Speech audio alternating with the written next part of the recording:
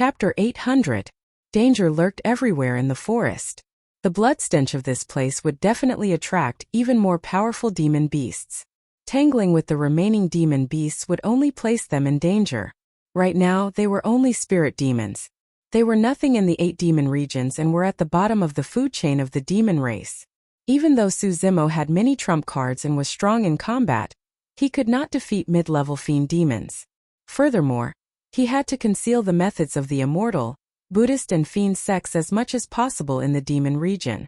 If his identity as a cultivator was exposed, the entire Thousand Demon Valley would not be able to tolerate him, let alone Howling Moon Mountain. Suzimo led Monkey and the others out of the encirclement. After determining the direction, they continued sprinting towards the east at full speed in search of their next shelter. At daybreak, Suzimo had already shaken off the many spirit demons that were tailing them and found another hidden cave. Suzimo checked the vicinity carefully and entered only after confirming that there were no spirit demons watching. The cave was connected from the front to the back. Suzimo circled the cave and nodded to himself. He decided to hide here for the time being and prepare for his breakthrough. Right now, the most important thing for them was to break through their core formation and cultivate their essence spirits as soon as possible. Once this realm was crossed for the 5 of them, their battle prowess would experience a qualitative leap. Each of them had treasures that they obtained from the ancient battlefield, and were only waiting to refine them after they became fiend demons. Take a rest first and adjust your states. Don't be impatient. When Suzimo saw the fatigue in Monkey and the other 3's eyes, he reminded them before turning to leave. He began to set up formations at the front and back of the cave. About 6 hours later, just as the formations at the entrance of the cave were set up, Suzimo sensed that something was amiss. Spirit demons were starting to appear in the vicinity. Furthermore, their numbers were increasing. Suzimo realized that the spirit demons were here for them. They were exposed again. How could this be? Suzimo stood in the cave with a dark gaze. Through the formation, he glared at the pairs of beast eyes that were faintly discernible in the depths of the forest far away. The previous time it was the 2 protectors of Howling Moon Mountain who came. Who would it be this time? Suzimo pondered for a moment before turning around to wake up Monkey and the other 3 who were recuperating. He said in a deep voice, "If I'm not wrong, the demon beasts of Howling Moon Mountain have already discovered this place. Then let's go kill them again." Ling Hu waved his fist, full of confidence. But this time, even the arrogant Monkey didn't make a sound. Suzimo said, "The demon beasts that Howling Moon Mountain sends out will only get stronger and stronger. This time, I won't be surprised even if the Howling Moon Tribal Lord personally shows up. What should we do?" The little fox looked worried. "Let's leave this place and keep going," Suzimo said. "All right." Monkey and the rest nodded and followed Suzimo out of the cave at the back and continued forward. Along the way, the 5 of them walked with trepidation. The Myriad Demon Valley was indeed one of the 8 major demon regions. During this period of time, they encountered 3 mid-level fiend demons. Thankfully, Suzimo's spirit perception alerted them, and they managed to avoid them early on without any mishaps. A flying beast flew over their heads and even Suzimo felt his heart skip a beat when it emitted an aura. The aura of the flying beast was similar to the old immortal crane, and it was most likely not a mid-level fiend demon. There was a high chance that it was a high-level fiend demon and an overlord. Naturally, there was no way the 5 of them could hide their tracks from the flying beast. However, the flying beast merely glanced at the 5 of them indifferently. It was as though the 5 of them were too weak and the flying beast was not interested in them at all as it flew past them without stopping. They could experience something like that at any moment. In other words, if the 5 of them were to roam freely in the demon region, they would have to face the danger of being devoured by demon beasts that were even stronger. Before long, Suzimo found an excellent hiding spot once more. There was a cave hidden behind a waterfall that was extremely spacious. Although there were rumbling sounds of water flowing, it could be resolved easily as long as they set up a soundproof formation at the entrance of the cave. Suzimo was slightly relieved when he entered with Monkey and the other 3. Another 4 hours passed and Suzimo was only halfway through setting up the formation at the entrance of the cave. Frowning slightly, his ears twitched as he listened intently. A moment later, Suzimo stood up with a cold glint in his eyes. They were discovered again. There were already demons chasing them here. Suzimo pondered repeatedly and recalled carefully. He was certain that they were not followed along the way. There were no spirit demons in the vicinity that caught sight of him either. However, why were they exposed time and time again? What went wrong? Monkey Linghu, Ching Ching and Little Fox had deep fatigue written all over their faces. Ever since they left the ancient battlefield, they had not slept a wink and were exhausted from running. If this continued, Monkey and the other three would not be able to endure it even if he could hold on. Suzimo furrowed his brows and his expression was dark. They had nowhere to hide. They were in a predicament the moment they entered Thousand Demon Valley, and the situation was even more severe than he had initially imagined. Were they really going to fight with their backs against the wall? Suddenly, Suzimo's heart skipped a beat as he turned around and glared at the ground not far away. His muscles were tense and he was ready to strike at any moment. Monkey and the others could not sense it yet. However, he could vaguely sense a tremor coming from the depths of the ground. Someone was here. Something was not right. Suzimo focused his senses and a strange look flashed through his eyes. Before long, a mound protruded from the ground not far away. Soon the mound broke open and a sneaky head popped out. It had shifty eyes, and its small eyes looked around in a very wretched manner. The pair of beady eyes shifted to Suzimo and suddenly froze. Their gazes met. "It's really you," Suzimo gave a fake smile.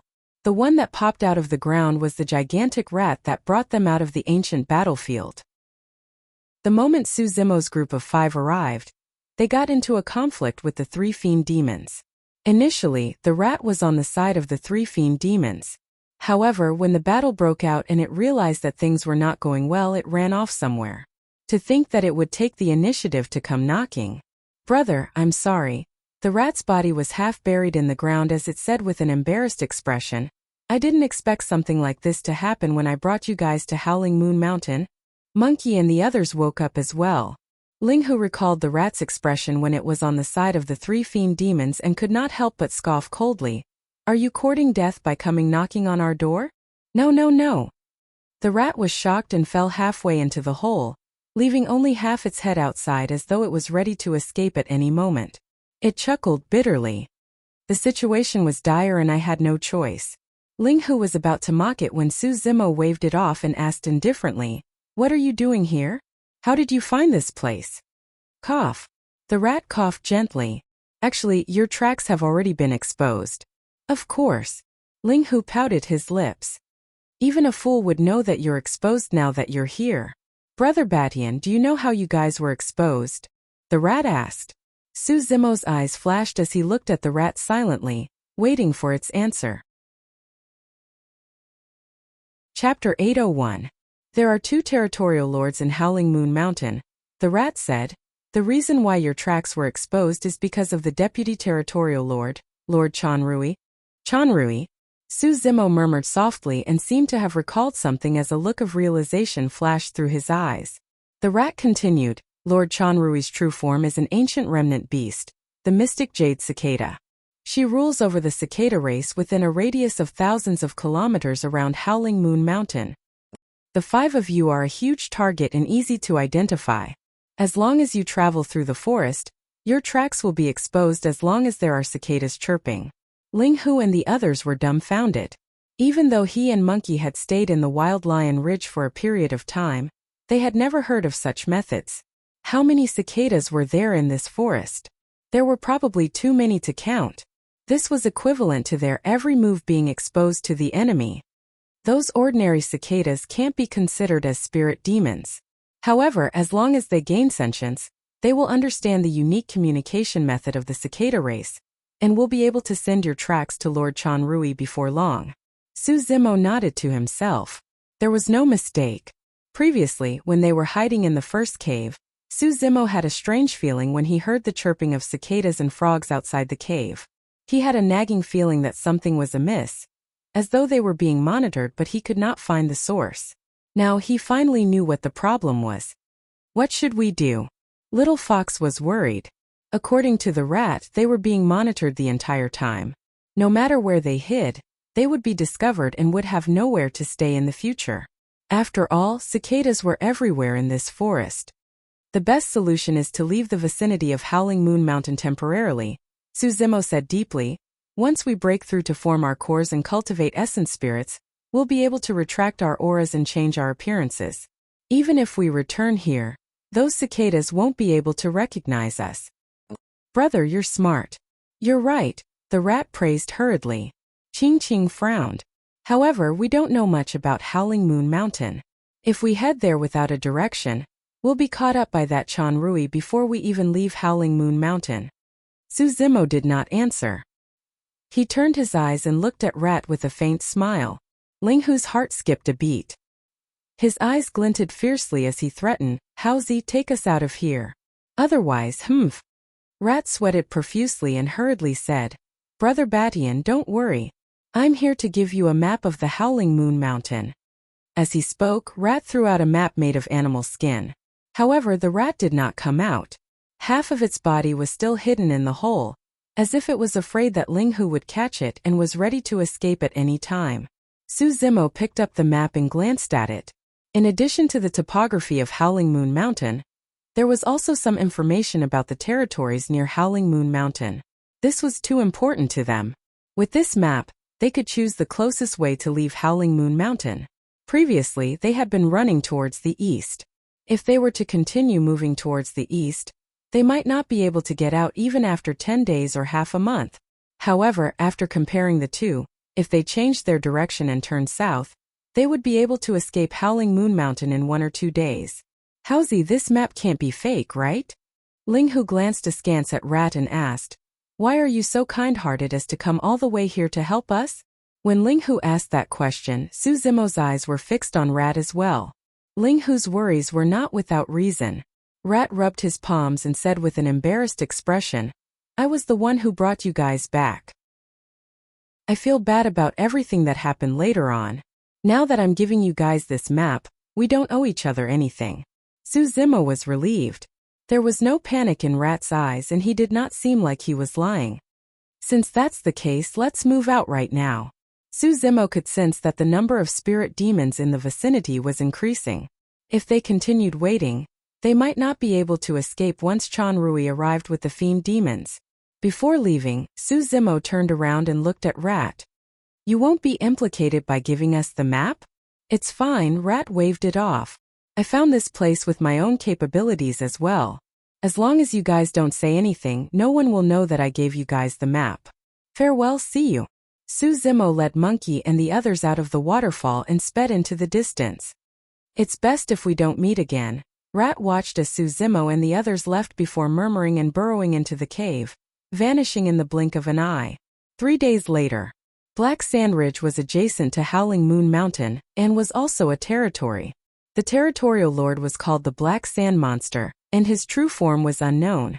He was terrifyingly strong and bloodthirsty. His territory was much larger than Howling Moon Mountain.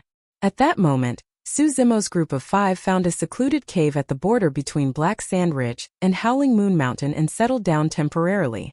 After leaving the territory of Howling Moon Mountain, they had already escaped the pursuit of the cicada race. Near the entrance of the cave, Suzumo set up many formations meticulously just in case. Monkey, Linghu, Ching and Little Fox were cultivating inside and their conditions were gradually stabilizing.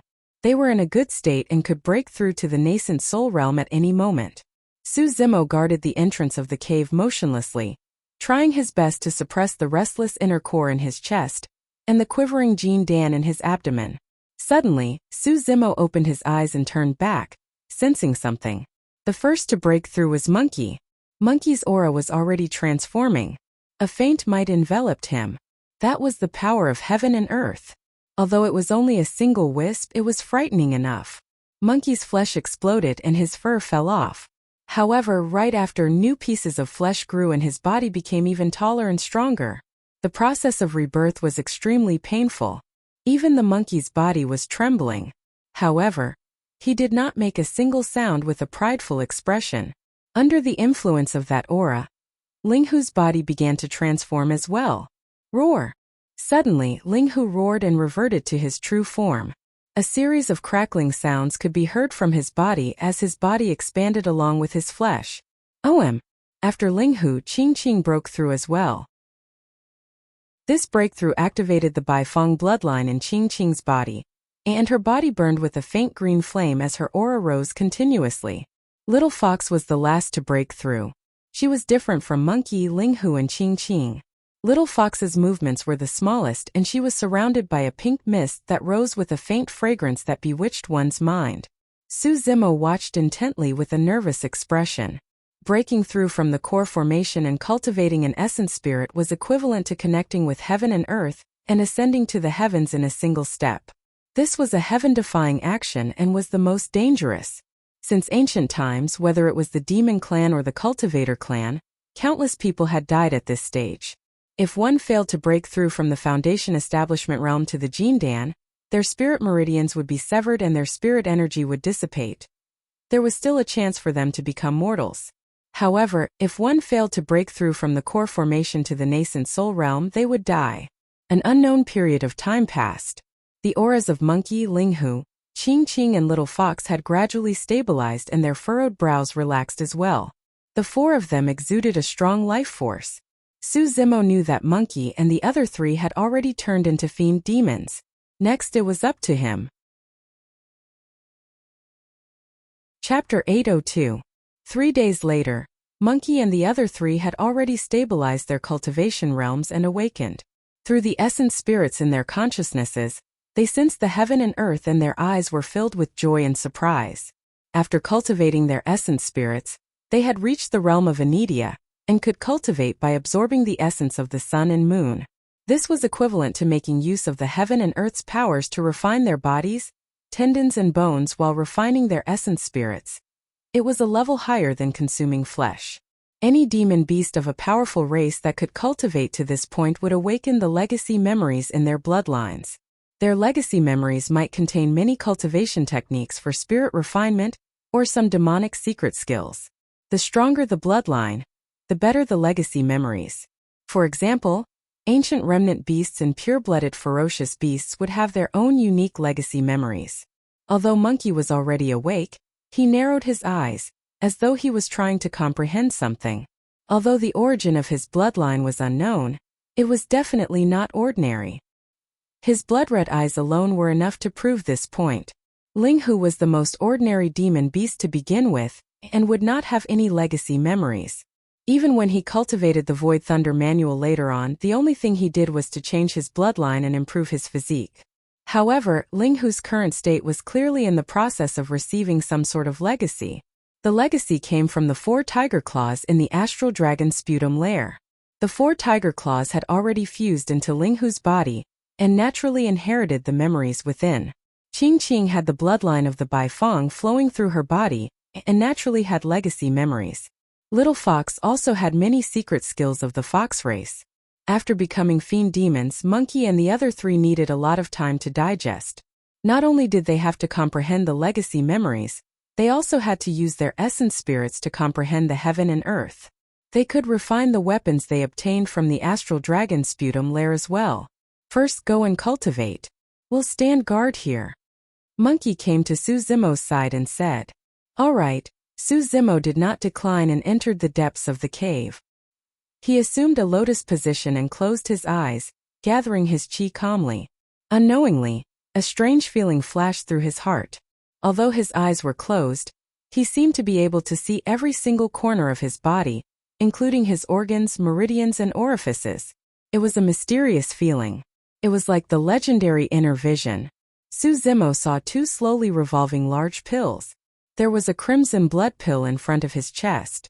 There was a dazzling Jindan in his lower abdomen. The auras of the 2 pills were completely different. At this time, the energy of the 2 great pills had already reached the limit. They emitted waves of restlessness as if they wanted to leave the pill room and soar into the skies. Su Zimo felt an incomparably vast power of heaven and earth. He had never felt so close to heaven and earth. It was as if he could feel the breathing of the world, the pulse of the world. In the next moment, Su Zimo saw the layer of void. The so-called void was a layer of shackles that the heavens and the earth bound the cultivators. Cultivation was to go against the will of the heavens. Constantly breaking through realms and increasing one's lifespan was to break free from the shackles that the heavens and earth had placed on one's body. There was a saying in the ancient cultivation world: break through the void and you can see God. Breaking through the void was, in fact, breaking free from the shackles in the body. As for how to break through and how to break free, it all depended on the two great cores in his body. Su Zimo no longer suppressed them. The inner core turned into a blood beam while the Jin Dan turned into a golden beam of light. At the same time, they left the pill room and charged towards the layer of void within his body. Bang! Bang! The inner core and Jin Dan collided with the void and let out two deafening sounds. Su Zimo's body shuddered. The void also trembled a little, but nothing out of the ordinary happened. The inner core and Jin Dan fell and paused in midair for a moment before charging upwards once more. Bang! Bang! Bang! The two great cores collided with the void repeatedly and let out a deafening bang. The void trembled and finally ripples appeared. Ordinary perfected Jin Dan could only rely on a single Jin Dan in their bodies to break through the void and break free from their shackles. However, Su Zimo had two right now. Not only that, his inner core was formed from cultivating the mystic classic of the 12 demon kings of the great wilderness and possessed terrifying power. The essence of the immortal, Buddhist and fiend sex was contained within the Jin Dan as well. It could be said that in front of these two supreme pills, there was no void, no shackles that could stop the impact of this powerful force. That was the reason why it was relatively easier for paragons to break through to the nascent soul realm. For a perfected being that could be considered as a paragon, the strength of the Jin Dan was definitely stronger than others. The stronger the Jin Dan was, the easier it would be to break through the void. Before long, cracks appeared on the layer of void under the impact of the inner core and Jin Dan. It was about to shatter. Everything was going smoothly. However, Su Zimo's expression turned increasingly grim. For other cultivators, the danger of breaking through to the nascent soul realm was perhaps above breaking through the void. That was because if they could not break through the void, it would mean that the breakthrough had failed and the Jin Dan would shatter within their bodies and they would die. However, Su Zimo's situation was different from others. His danger might come after he broke through the void. Su Zimo did not dare to be distracted and focused on breaking through the void barrier. Bang! Bang! Bang! Finally, there was a deafening sound after the continuous impact. The void shattered. Instantly, Su Zimo felt his body lighten, as though an invisible shackle had been broken. Su Zimo's glabella shone with a bright light. His heaven and earth were connected and his Naiwan palace appeared. Within his Naiwan palace, Su Zimo caught sight of an illusory ball of light. That ball of light was his soul. If he had not broken through the void, he would not have been able to see the existence of his soul. His inner core and golden core rushed into his Naiwan palace. In an instant, the room was filled with multicolored light. His entire body was white, and the palace in the depths of his glabella was clearly illuminated. Next, it was time to condense his essence spirit. The soul was originally void. Once the Jin Dan was fused into the soul, it would form a corporeal object in the shape of an infant. That was the essence spirit. Su Zimo withdrew a spirit-gathering fruit from his storage bag and swallowed it. The spirit-gathering fruit melted in his mouth and a ball of essence chi surged into his mind. Propelled by the ball of essence chi, the inner core and Jin Dan lunged towards Su Zimo's soul at the same time. Su Zimo's heart skipped a beat and he sensed danger. Of the other cultivators, only the Jin Dan was able to fuse with their souls without any issues. However, he did not only have the Jin Dan in his body, he had the inner core as well. In other words, if the Jin Dan and inner core were fighting for his soul at the same time, the outcome might be. Before he could finish his thought, he felt a tearing pain in his soul. Suddenly, Su Zimo cried out in pain and fell backwards. His body trembled uncontrollably and his face was pale as he curled up. Monkey and the other three were initially refining their weapons at the entrance of the cave. When they heard the commotion, they were shocked. "Young master!" Little Fox exclaimed with an anxious expression and ran towards Su Zimo. "Don't go." Monkey stopped her and said with a solemn expression, "At this moment, any interference from the outside world might consign him to eternal damnation." Chapter 803. Monkey was right. At this moment nobody could help Suzimo. His crisis came from within himself. Or rather, it came from his choice. If he gave up on the inner core that he had painstakingly cultivated over the years, the Jin Dan could fuse with his soul and form an essence spirit successfully.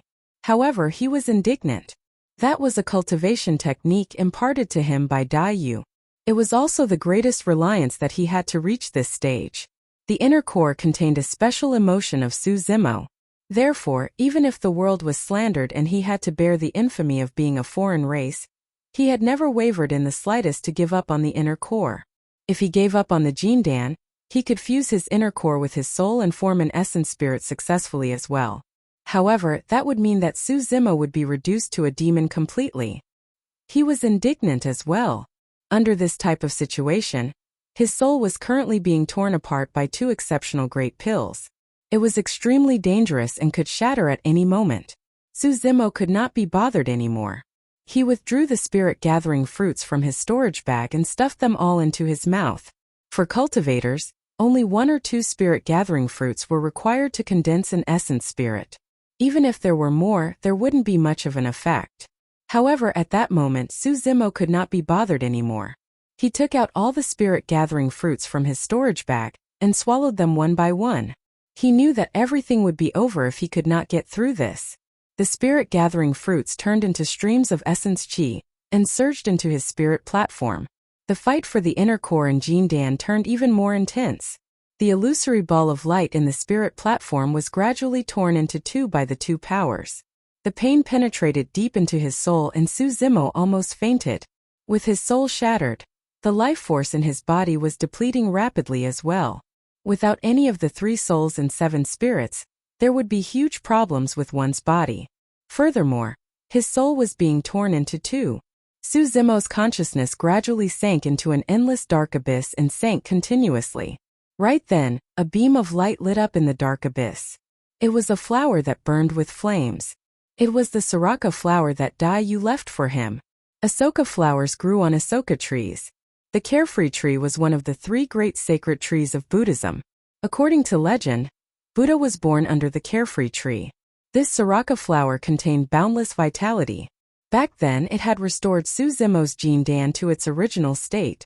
Now that his life was hanging by a thread, the Soraka flower had reappeared.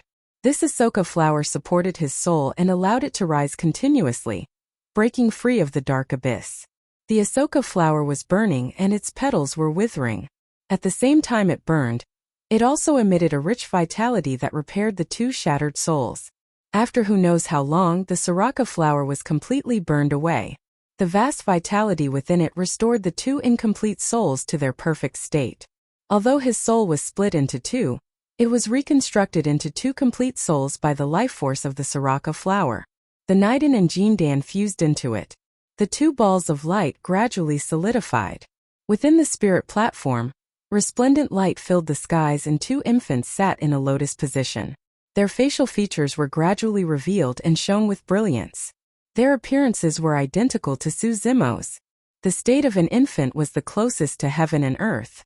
Therefore, even though the fetus was in the mother's womb and could not breathe in a completely sealed space, it could still ensure the continuation of its life. Upon entering nascent soul, there was a state of returning to simplicity.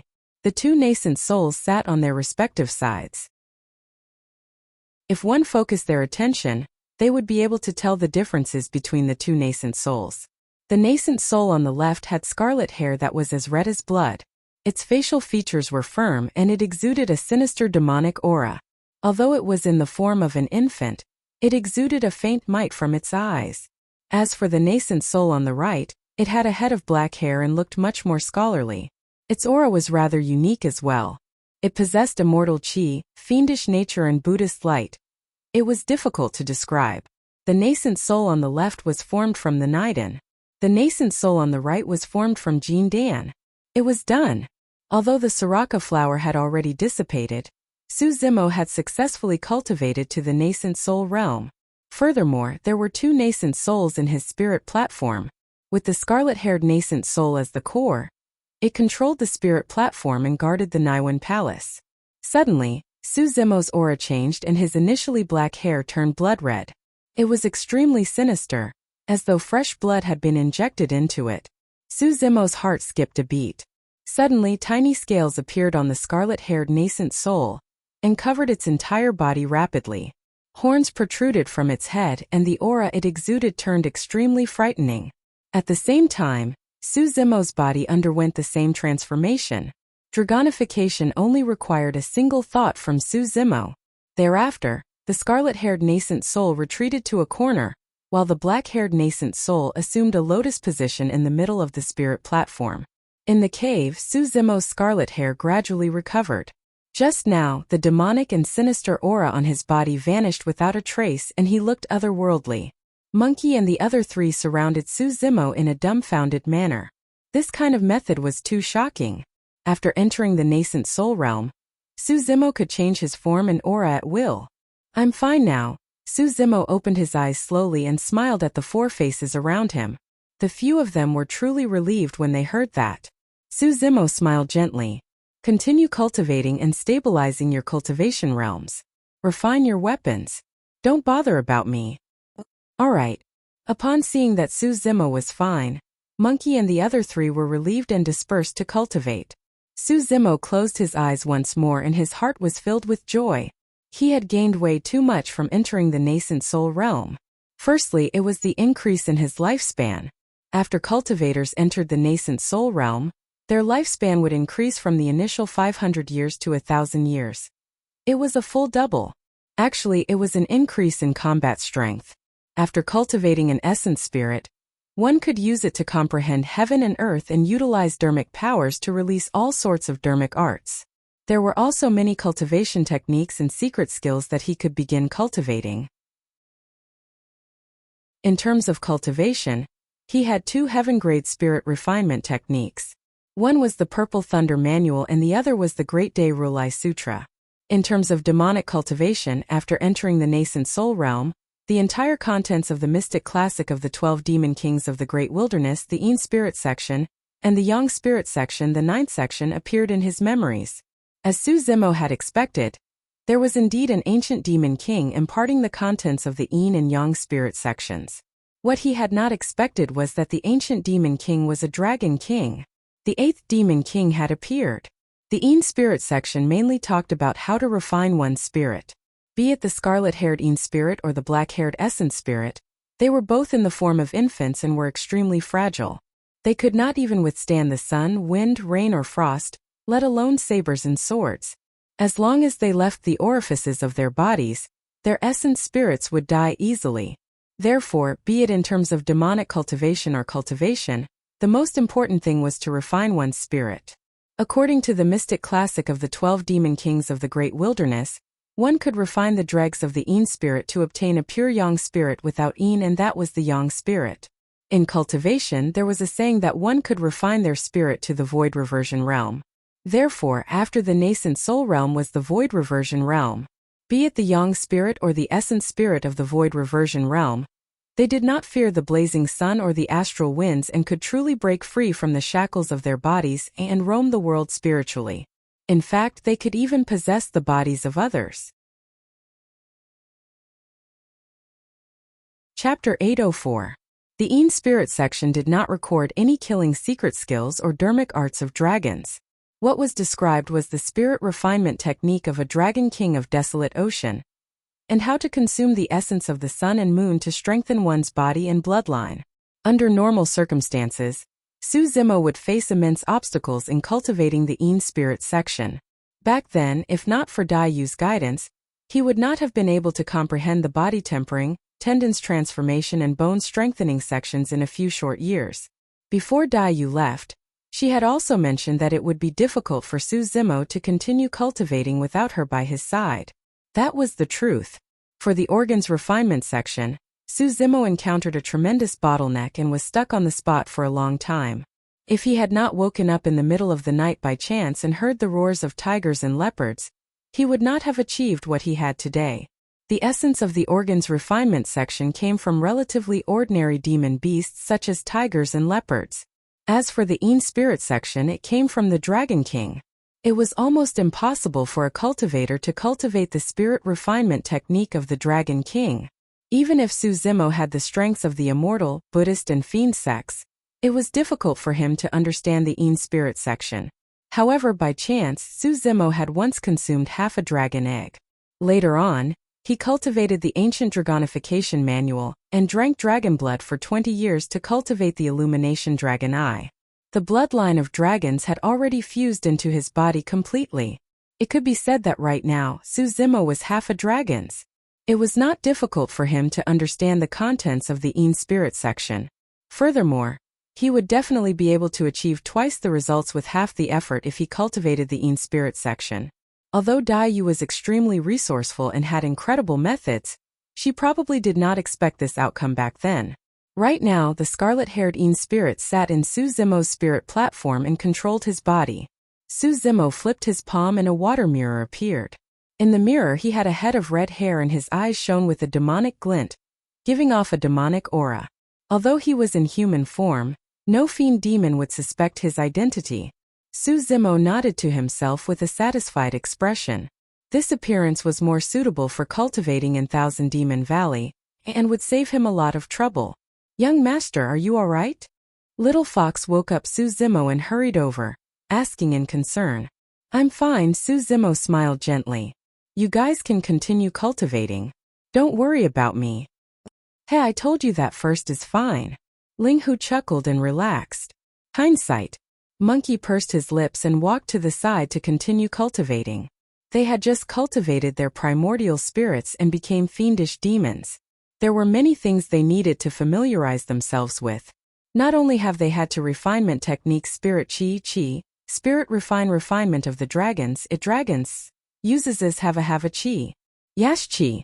The stick was covered in rust, and there was nothing special about it.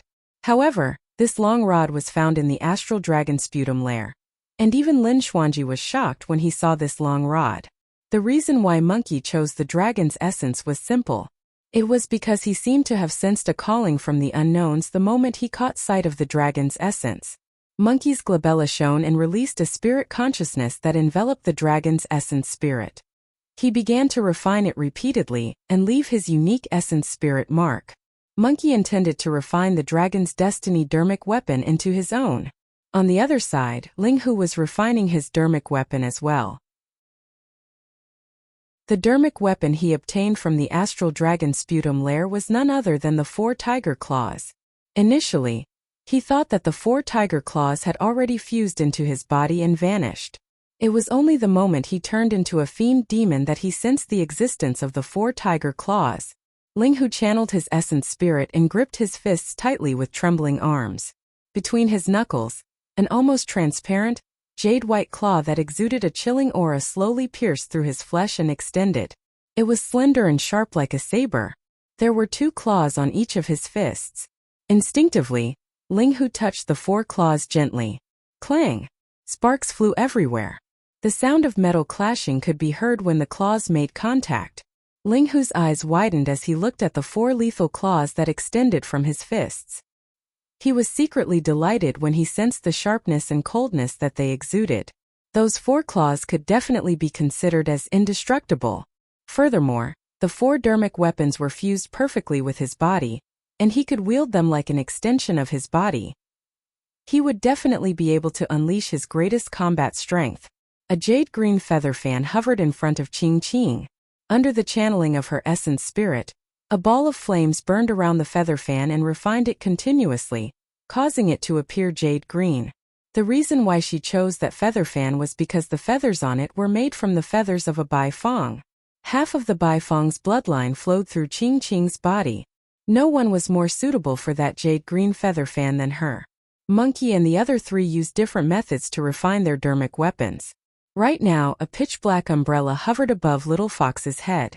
She had a grim expression and raised her head from time to time, spitting out a pink mist that emitted a faint fragrance. It enveloped the pitch-black umbrella and left an essence spirit mark on it. Crack! Crack! Crack! Right then a cracking sound echoed from the cave. It was as though something had shattered. Monkey's heart skipped a beat as he glared at the rod before him with a bright gaze. This cracking sound came from the rod in front of him.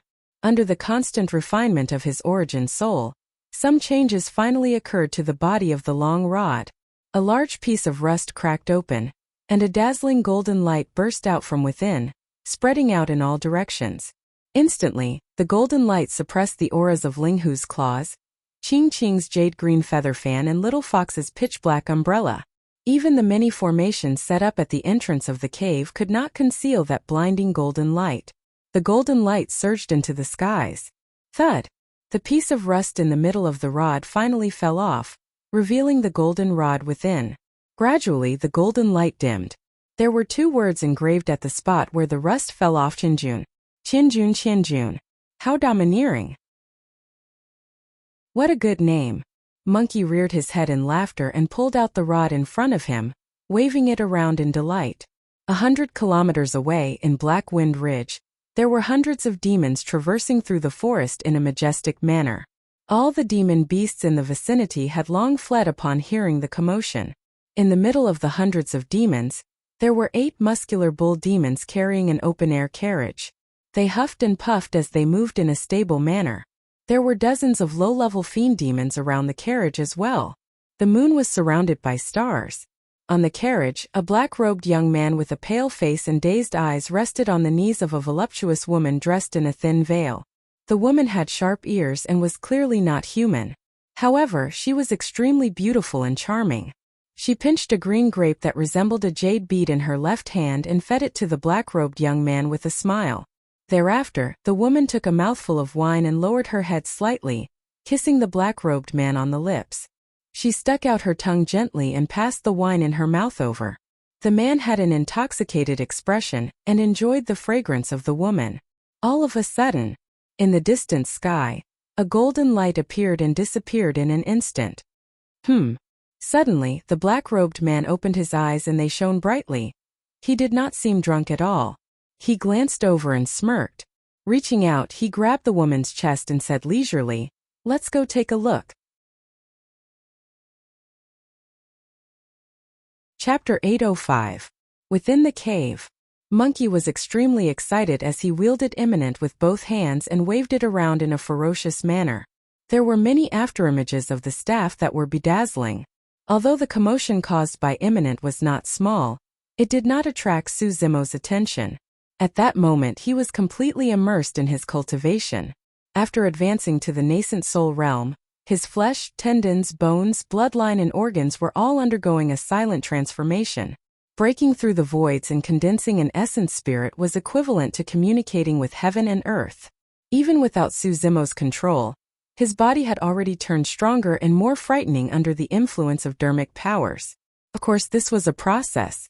Some cultivators might need half a year. Some might need years or even decades.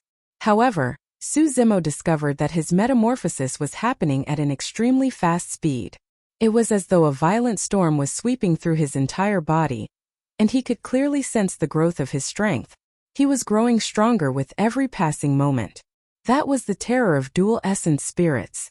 A single essence spirit would channel dermic powers to improve a cultivator's physique and bloodline. However, 2 essence spirits would cause the changes to become even more obvious and rapid. Furthermore, the 2 essence spirits that Su Zimo cultivated were extremely strong to begin with. At that moment, the scarlet-haired Een spirit was in the middle of the spirit platform and occupied the dominant position.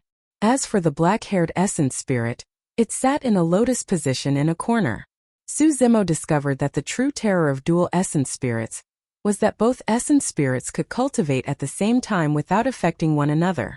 At that moment, his scarlet-haired Een spirit had already begun comprehending the Een spirit section of the mystic classic of the 12 demon kings of the great wilderness and was cultivating.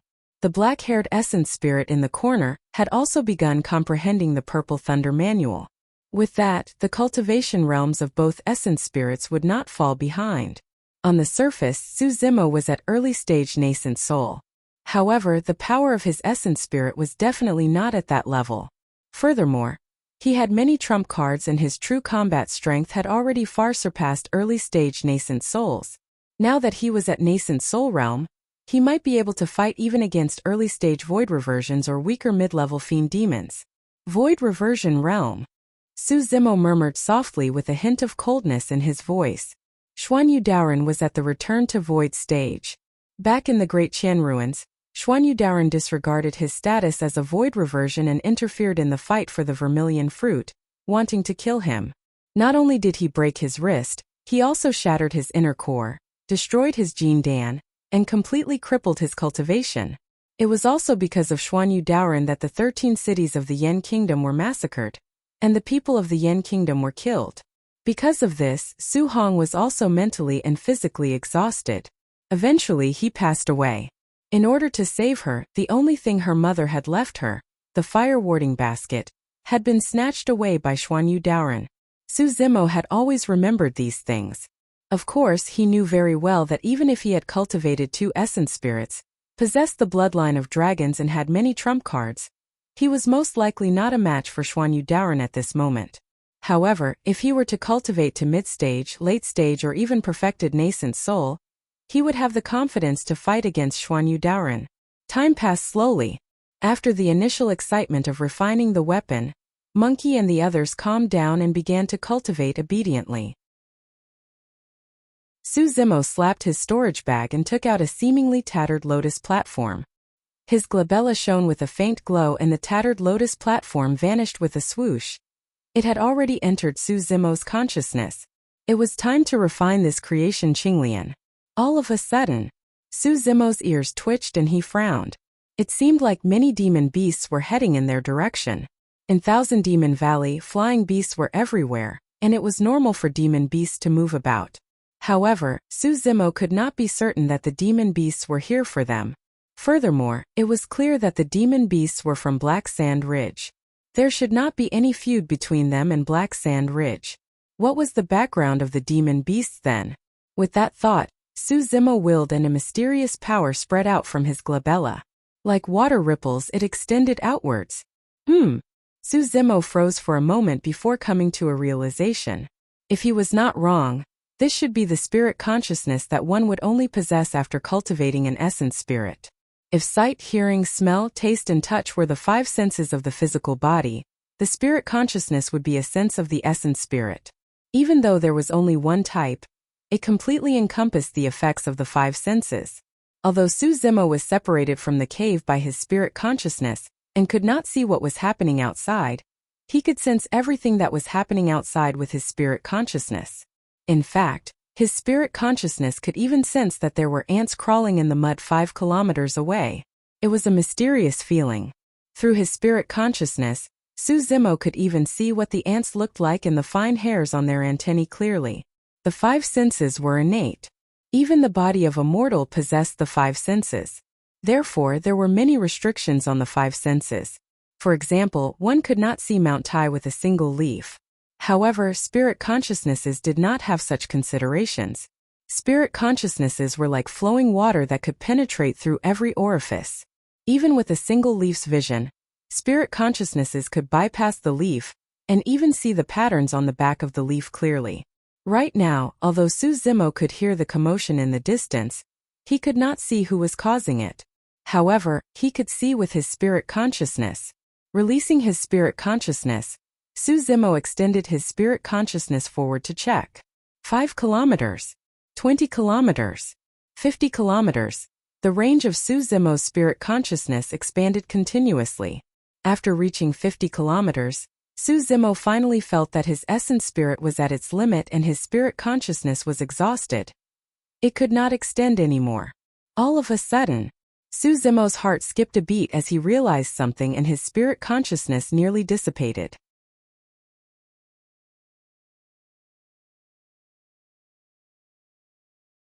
Chapter 806. The black-robed young man merely drank and made merry with the woman beside him, as though he was completely immersed in it. A moment later, when the spirit consciousness on his body receded like the tides, the black-robed young man suddenly straightened his body and his eyes regained clarity. With a cold expression, he rubbed his chin and murmured, "Interesting. Young master, what's wrong?" The woman's voluptuous body was pressed tightly against the black-robed young man, rubbing against him coquettishly as she asked coyly. The black-robed young man smirked and replied with a fake smile, "Nothing much. Just now, someone released their spirit consciousness and checked me out." What a reckless fool. The woman harumphed and said in a fawning manner, "To think that someone would dare to check you out in Black Sand Ridge. How rude. That person doesn't know the rules. I can teach him." Although the black-robed young man seemed to be saying casually, there was an inexplicable killing intent behind his voice. "Protector Sure, Protector Cha. Here." Two low-level fiend demons appeared beside the black-robed young man in a flash. The black-robed young man opened a map and marked a rough location before saying in a deep voice, "Bring some men and hurry over. Surround this place first and don't let anyone escape." Understood. The two protectors each brought more than 10 fiend demons and released their movement techniques, passing through the forest and rushing over at full speed. As for the black-robed young man, he sat on his carriage and rushed over in a carefree manner. About an hour later, the black-robed young man's group arrived at their destination in a majestic manner. Protector Sure and Protectorin arrived before him. "Young master, no one has left during this period of time." Protectorin and Protector Sure exchanged glances and could see the confusion in each other's eyes. Although they had surrounded this place, it was a barren land with only 2 or 3 hills. Not to mention a human figure, there wasn't even a shadow of a ghost. The black-robed young man stood up and surveyed his surroundings, frowning as well. His senses could not be wrong. That golden light, as well as the divine sense that was probing him, definitely came from somewhere nearby. Why was there nothing here? Could it be that that person had realized something and had already escaped? That did not make sense. The black-robed young man's expression darkened. When that nameless divine sense probed him, he didn't show any hostility or killing intent at all. Could it be that this person was so cautious that he chose to flee directly? The black-robed young man's forehead flickered as he spread out his divine sense and scanned the area within 1 li in an attempt to find any clues. Although Protector and Protector Sure were expressionless and stood with their hands by their sides, they were cursing in their hearts. They had already scouted this place several times. This place was so desolate that not even an ant could be found. How could there be anyone here? After a short while, the black-robed young man withdrew his divine sense, and his gaze descended onto the foot of a nearby mountain. A wisp of ridicule flashed in his eyes as he said unhurriedly, "Come out. These deceptions can't deceive me." Hundreds of demonic beasts gathered nearby. They all followed the black-robed youth's gaze, but all they saw was a bare mountain wall. There was nothing there. Suddenly, the mountain wall seemed to have turned into a water curtain as ripples appeared on it. Several people walked out one after another. One of them was tall and had arms that extended past his knees. He carried a long rusty rod on his shoulder and had a prideful expression, as though he didn't care about anything. The other person was burly and muscular, walking with a majestic gait. His gaze was filled with endless might, as though he was the king of all beasts. The other two were 2 peerless beauties. One of them held a feather fan and had a slender figure with curves. Her long straight legs were especially eye-catching. The other wore a fiery red dress and looked extremely obedient. Her features were exquisite and her eyes were clear like water. Her face was flawless and she was extremely beautiful. However, the young girl held a pitch-black umbrella in her hands. Compared to her aura, it was neither fish nor fowl. When they saw the young girl holding the umbrella, many demonic beasts held their breaths. She was way too beautiful. So beautiful that it took one's breath away.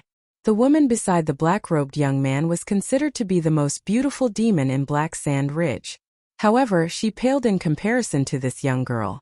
The black-robed young man's eyes lit up when he caught sight of the 2 women. However, a cold glint flashed through the eyes of the woman beside him. At this moment, another person walked out from the mountain wall.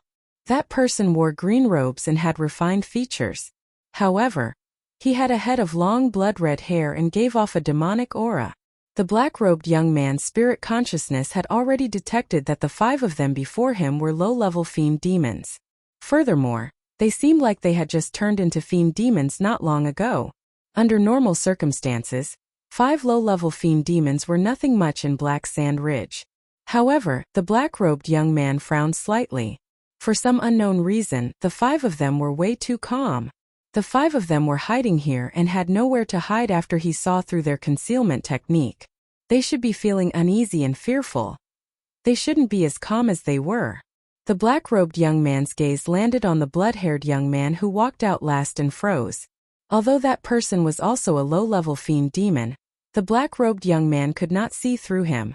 When his spirit consciousness landed on that person, it was blocked by an invisible resistance. He could not even tell what that person's true form was.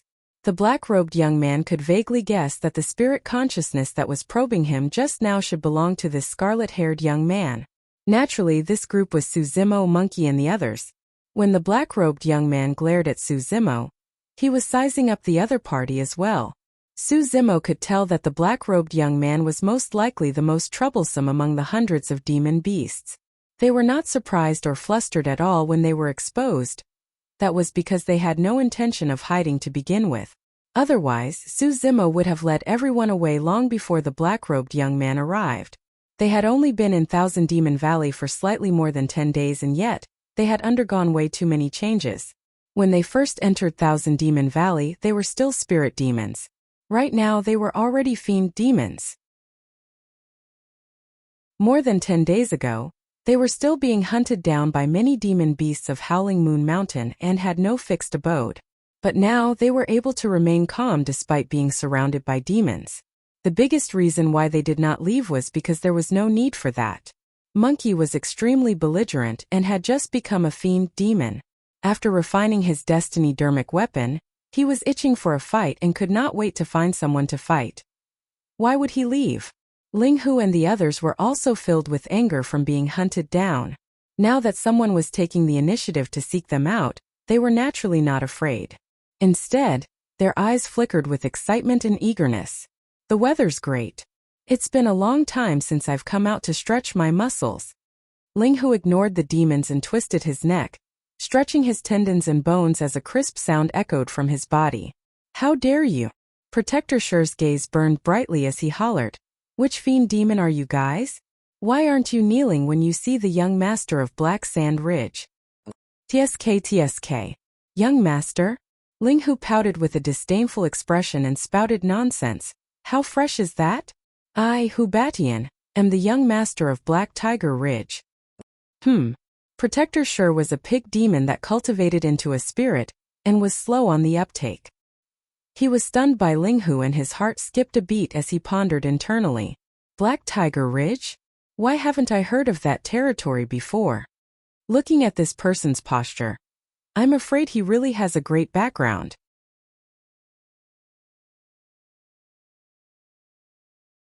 Chapter 807. There were many overlords in Thousand Demon Valley and countless territorial lords of various sizes. Naturally, there were many territories like Howling Moon Mountain and Black Sand Ridge as well. Protector Sher was born with a big head, and was merely a pig demon of Black Sand Ridge. It was only logical that there were territories that he had not heard of. In his moment of confusion, Monkey grinned. I'm the young master of Black Ape Ridge. Have you heard of me? Another one? Protector Sher was alarmed. Ching Ching giggled. I'm the young master of Black Crane Ridge. I'm from Black Fox Ridge. Little Fox mustered her courage and joined in the fun as well. However, towards the end, she was truly embarrassed and did not continue. She merely stuck out her tongue cutely. Suzimo smiled. No matter how slow Protector Sher's reaction was, he could tell that Monkey and the others were teasing him. A series of laughter sounded from the demon beasts at the side. The black-robed young man was expressionless and said nothing. How dare you tease me? You must have a death wish. Protector Sher's face flushed purplish red and he was enraged. His flesh expanded and his body expanded significantly. Although he was still in human form, a menacing pig head grew from his neck. It had sharp fangs and a torrential demonic chi. The eyes of the other demon beasts shone with a ferocious glint as well. They were eager and were waiting for the black-robed young man's order to tear the few of them into pieces. Suddenly, the black-robed young man said, I don't care which territory you're from. However, I can tell you that this is Black Sand Ridge. In Black Sand Ridge, you have to abide by its rules. Caw-caw. Monkey grinned and revealed a row of white teeth. What dogsh asterisk T rules are they? I was born to break the rules. Apart from the two women, the remaining three. The black-robed young man paused for a moment and spat out coldly, kill. Roar. Protector Sher summoned a gigantic steel rake, and his plump body soared into the air. Glaring fiercely at Linghu, he roared and descended from the skies. He hated this tiger to death. It made him lose face, so he rushed up at the first moment. Moo! Protector Jia roared and transformed into his true form. It was a huge bull demon. Protector Jia raised his pair of sharp horns and panted heavily.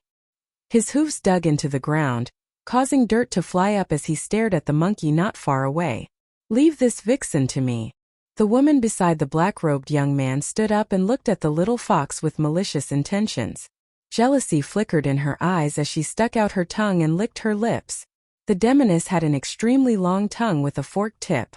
This was a lamia. Don't hurt her. The young man with the black badge glanced at the snake woman. He seemed to have seen through her thoughts and gave her a warning. Snake Girl was unwilling, but she still said with a smile, "Don't worry, young master. I'll help you train this little girl well." A few demons wanted to fight for credit, so they rushed towards Qing Qing and Su Zimo at the same time. The black-robed young man reclined on the chariot with a leisurely look on his face. The black-robed youth didn't move, and neither did Su Zimo. Monkey and the others had just turned into fiend demons and were itching for a fight. This was the perfect opportunity for them to familiarize themselves with the strength of fiend demons. Su Zimo only had a single target, the black-robed young man. He could tell that although the black-robed young man was young, he was far from simple. There was a high chance that he was a mid-level fiend demon. On the other side, a huge battle had already broken out. Protector Shi swung his heavy rake and drew an arc in midair, smashing towards Linghu viciously. Linghu reverted to his true form and moved at an extremely fast speed in a flash. Before the rake landed, Linghu had already lunged towards Protector Shi's chest and extended his tiger claw, thrusting forward. Protector Shi was shocked. He had not expected Linghu's counterattack to be so ferocious. Although he could crush Linghu's head with that strike, his life would be in danger as well. This was an exchange of a life for a life. It wasn't easy for me to become a protector. How can I exchange my life for yours? With a thought, Protector Shi released a tremendous amount of brute force and stopped the momentum of the rake forcefully. He changed his stance at the last minute and swung his hand in reverse, striking towards Linghu as though he was sweeping through an entire army. Clang! Linghu's tiger claw collided with the rake and sparks flew everywhere. All of a sudden, a series of electric arcs shone from Linghu's body and surged into Protector Shi's body through the point of collision between the tiger claw and the rake. Groar! Protector Shi shrieked tragically and his pig fur stood on end, emitting green smoke. Even his flesh was charred from the electricity. Linghu took advantage of the situation and lunged forward, stabbing all 10 claws into Protector Shi's chest viciously. Exclamation point! Blood flashed. All 10 claws were buried deep into Protector Shi's chest. Under normal circumstances, that would be a serious injury for any demon beast. However, Protector Shi's heart sank the moment Linghu's claws pierced his chest. The pig demon's flesh was way too thick. The pig demon did not have any other capabilities apart from its thick skin. Linghu's claws did not injure the pig demon's vitals at all. He did not even make contact with its organs. Go to hell! Protector Shi laughed menacingly and suddenly reached out with both arms, hugging Linghu's head tightly. At the same time, Protector Shi raised his head and the pair of sharp fangs beneath his chin protruded upwards, piercing towards Linghu's throat viciously. The fights between demons were almost always close-quarters combat. It was the most dangerous and could change in an instant. Initially, Linghu had the upper hand. However, in the blink of an eye, he was in immense danger. His claws were dug into the other party's chest and he could not pull them out in time. His body was locked and there was nowhere for him to dodge against the incoming fangs. All of a sudden, Linghu's heart skipped a beat and a tearing pain came from the gaps between his bones and his bloodline. Exclamation point! It was the sound of a sharp weapon piercing flesh once more. Protector Shi's fangs were less than an inch away from Linghu's throat. However, they stopped there motionlessly. Linghu broke free from Protector Shi's control and retreated. Apart from the 5 sharp claws on his tiger paws, there were also 2 thin, sharp blades between his fingers that were stained with blood. Just now, those 4 tiger claws had reached out and pierced Protector Shi's chest.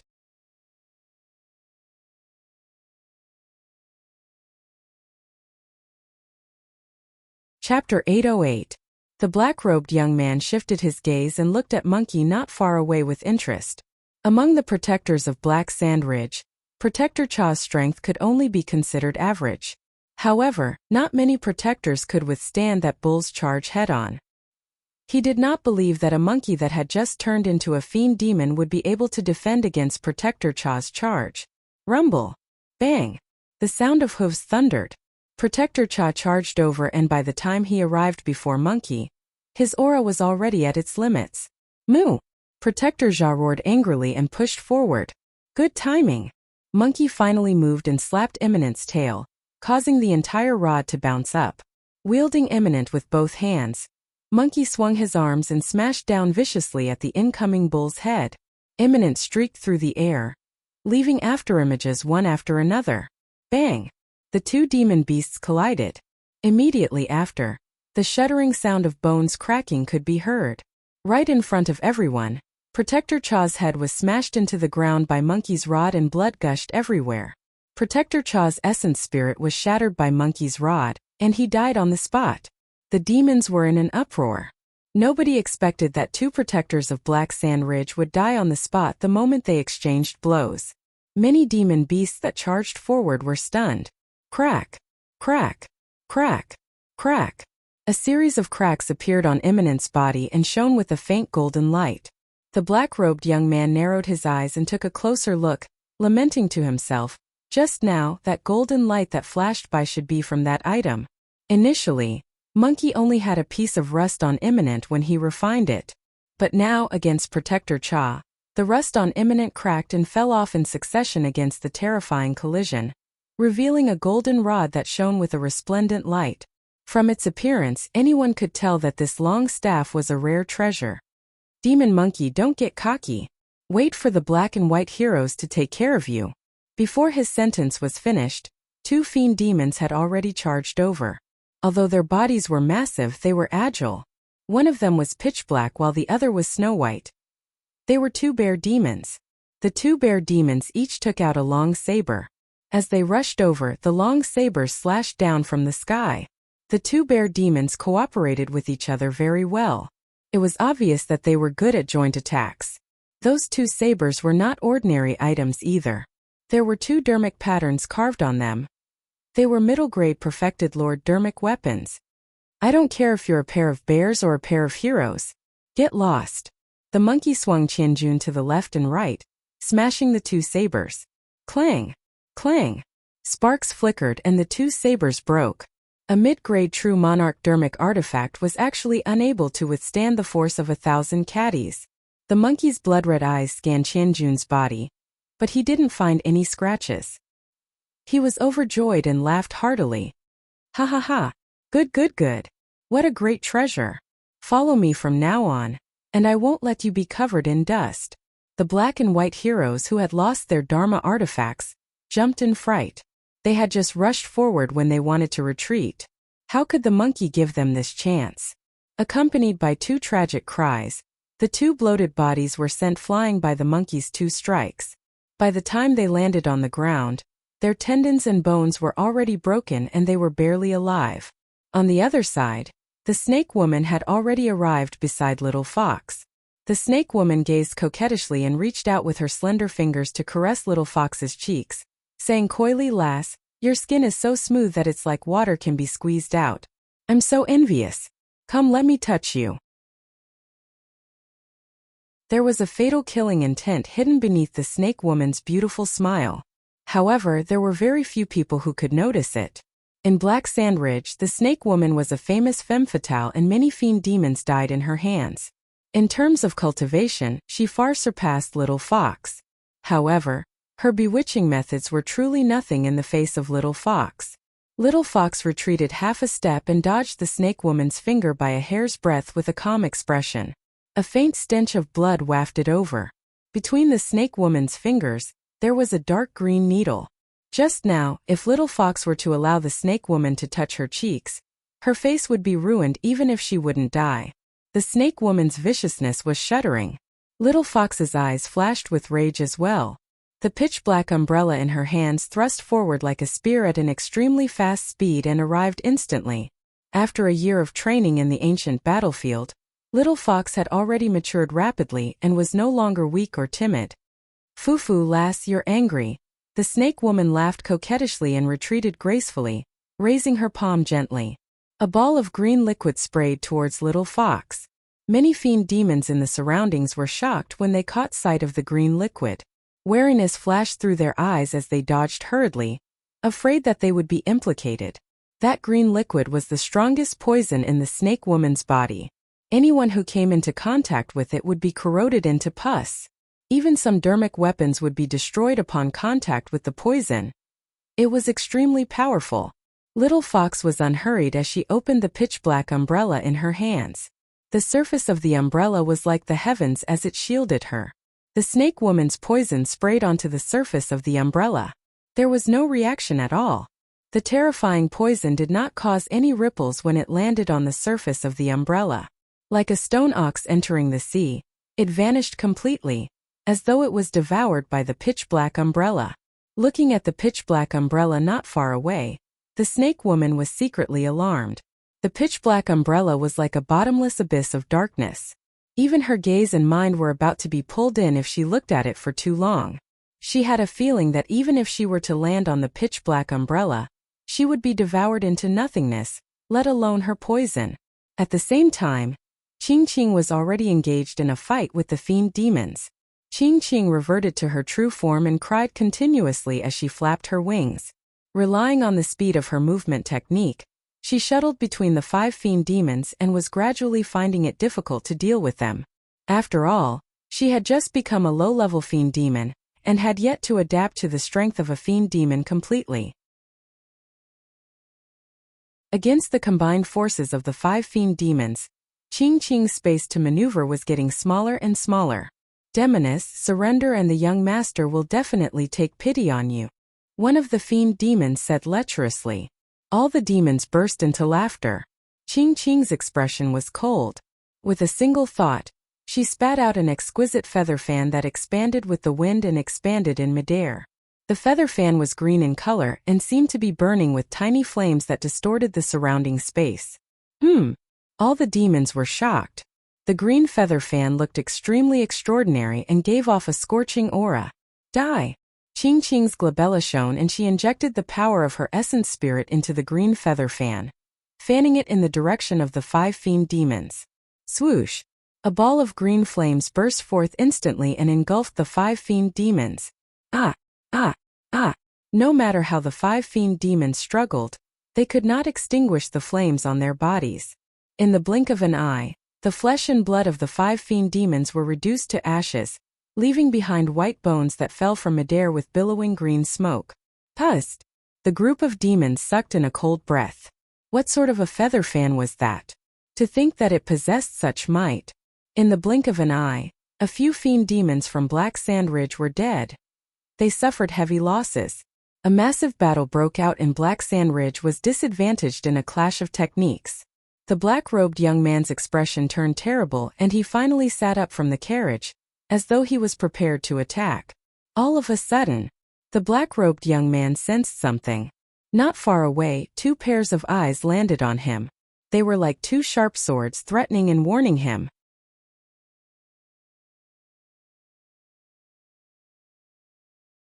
Chapter 809. The black-robed young man glanced sideways and caught sight of Su Zimo, who was not far away. A hint of mockery flashed through the black-robed young man's eyes.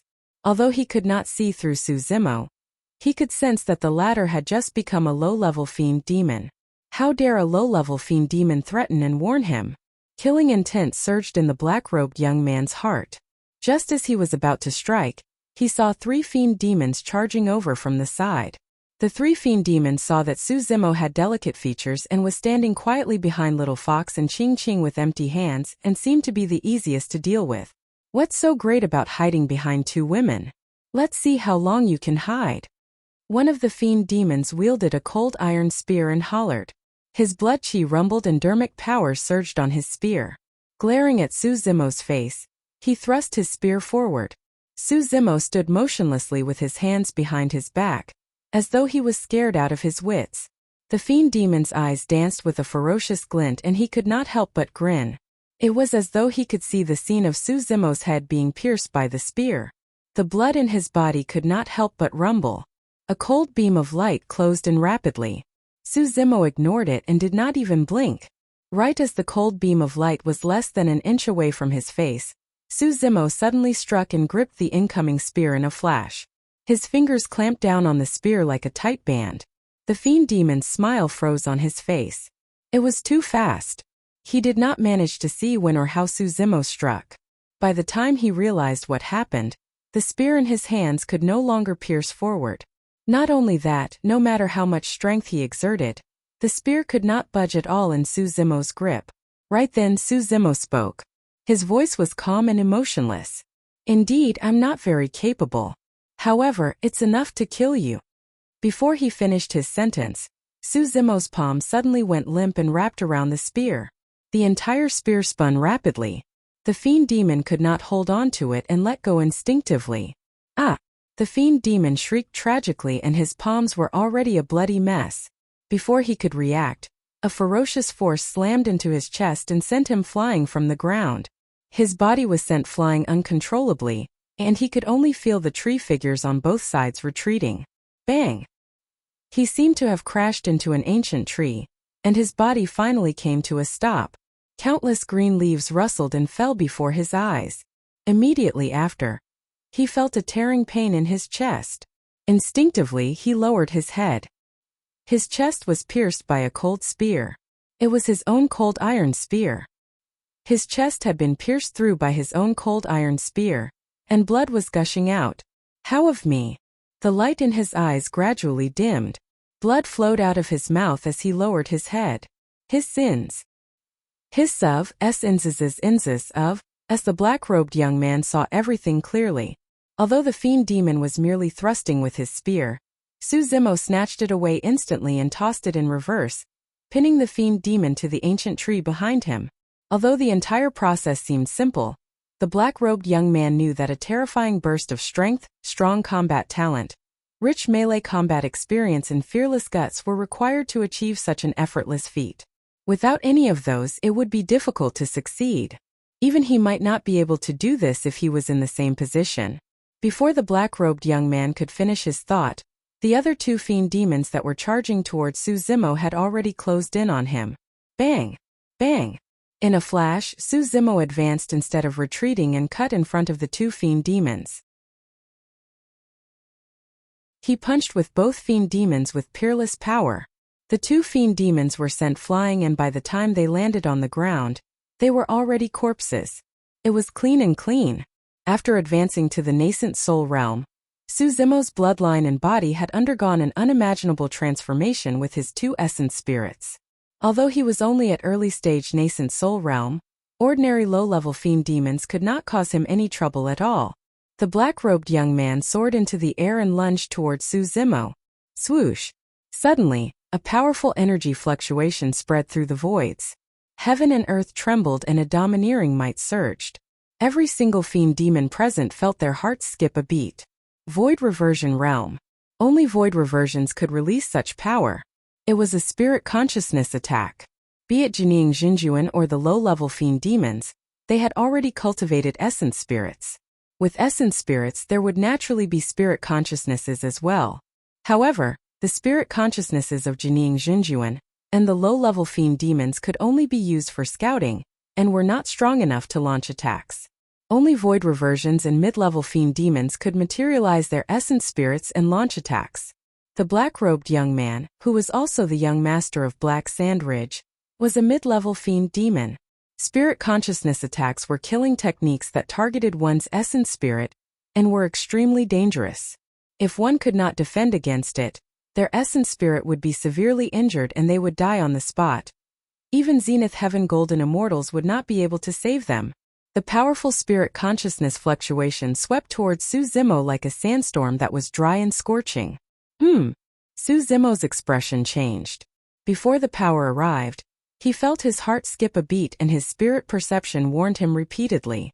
The scarlet-haired Een spirit in the middle of the spirit platform was formed from cultivating the mystic classic of the 12 demon kings of the great wilderness. Although it was strong, it was only an early-stage Een spirit, and had yet to reach the level where it could launch spirit consciousness attacks.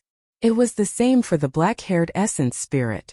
Suzimo was helpless against the black-robed young man's spirit consciousness attack. That was also the reason why mid-level fiend demons had an overwhelming advantage over low-level fiend demons.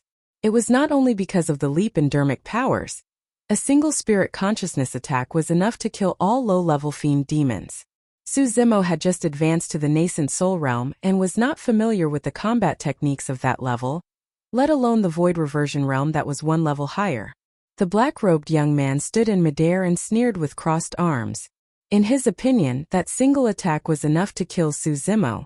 The massive spirit consciousness surged over. Suzimo could no longer avoid it.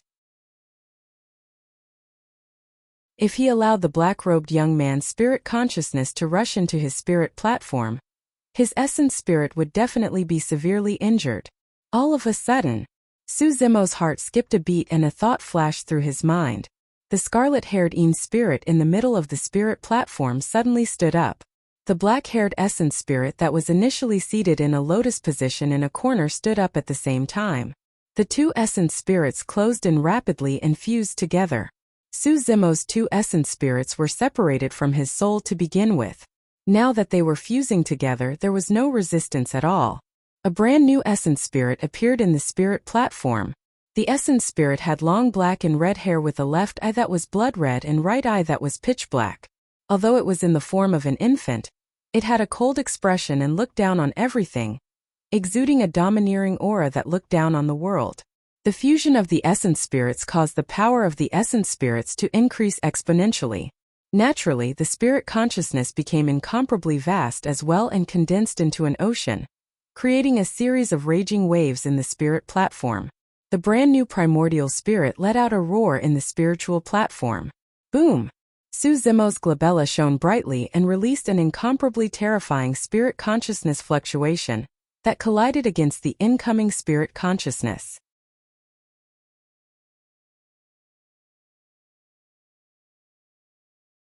Chapter 8:10.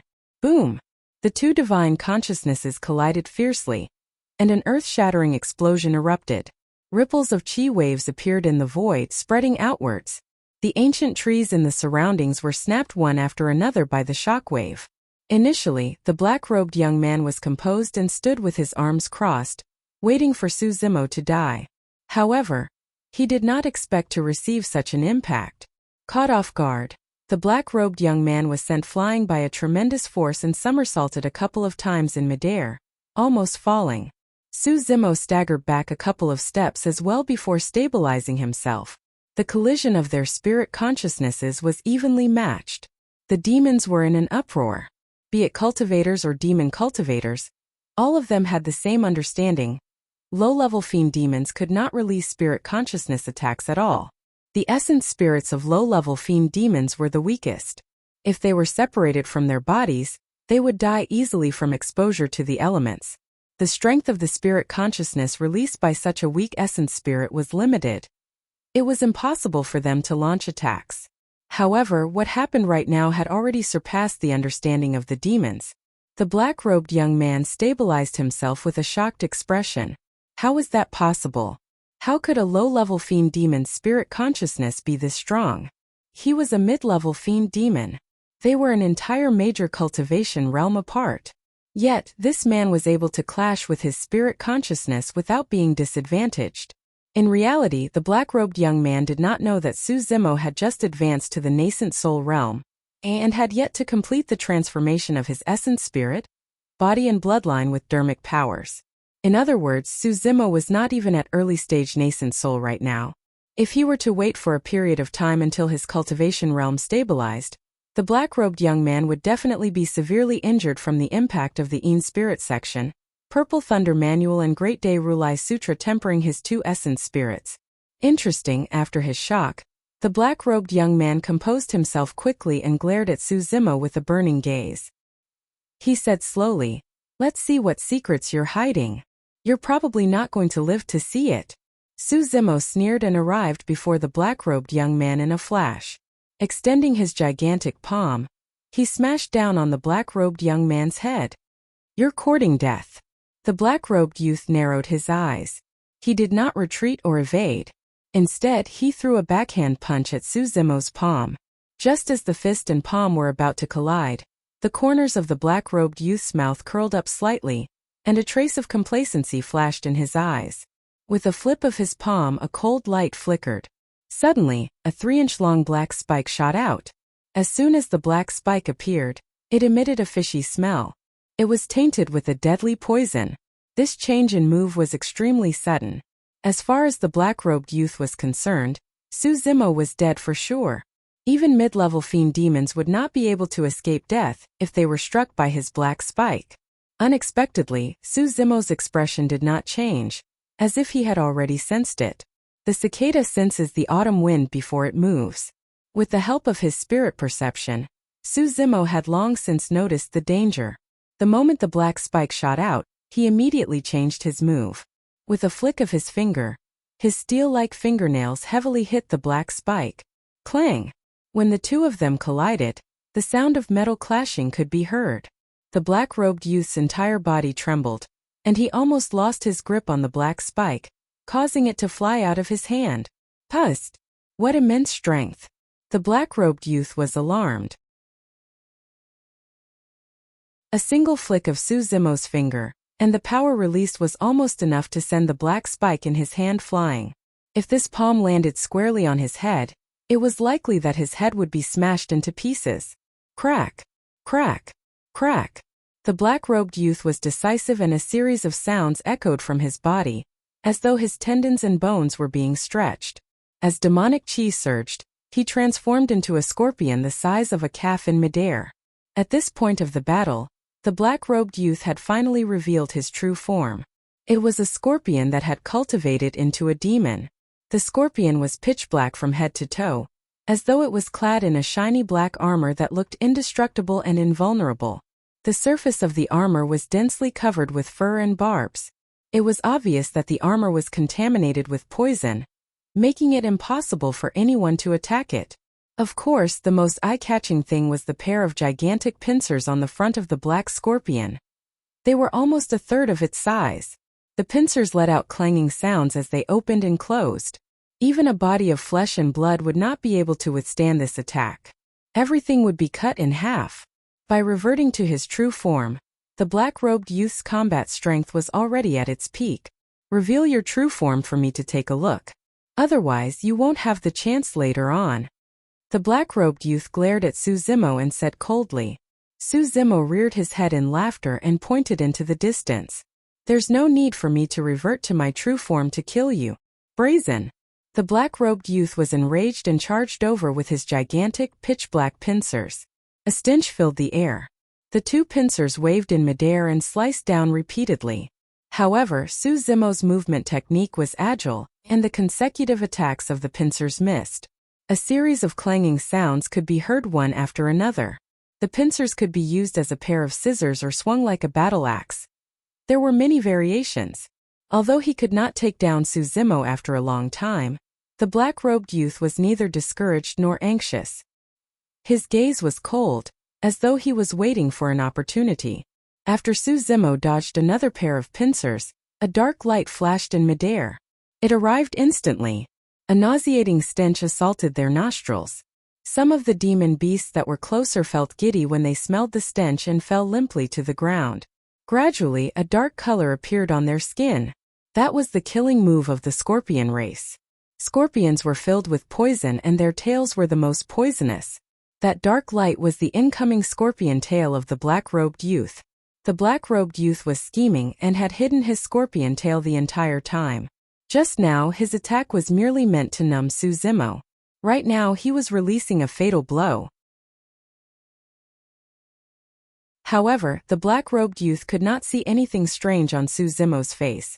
It was as though the poison of the scorpion tail had no effect on this person. There was no way the black-robed youth would know that Su Zimo cultivated the mystic classic of the 12 demon kings of the great wilderness and had tsunami blood. Coupled with the bloodline of dragons, the poison gas could not get close to him as long as he circulated his blood chi slightly. Even a stronger poison would not be able to do anything to him, let alone the poison of the scorpion tail. Zemo narrowed his gaze and suddenly reached out. He dodged the poison needle on the scorpion tail by a hair's breadth and gripped the base of the tail. The poison needle of the scorpion tail was the sharpest part of the scorpion race. Many scorpion demons would refine their scorpion tails into destiny-dermic weapons. Zemo dodged the poison needle and gripped the base of the scorpion tail. With a jerk of his arm, a tremendous amount of power surged into the black-robed youth's body. Instantly, the black-robed youth's strength dissipated and he could not resist for a moment. Zemo did not give him a chance to catch his breath at all. Gripping the scorpion tail, he swung his arm and drew a gigantic arc in midair, smashing the black-robed youth's body onto the ground fiercely. Boom! There was a deafening sound. A huge pit was formed on the ground and mud flew everywhere. Ah! A series of intermittent tragic cries sounded from the black-robed youth's mouth. He felt as though his body was about to fall apart. His internal organs had been displaced. The black-robed youth coughed out fresh blood from the injuries to his organs and was in so much pain that he almost fainted.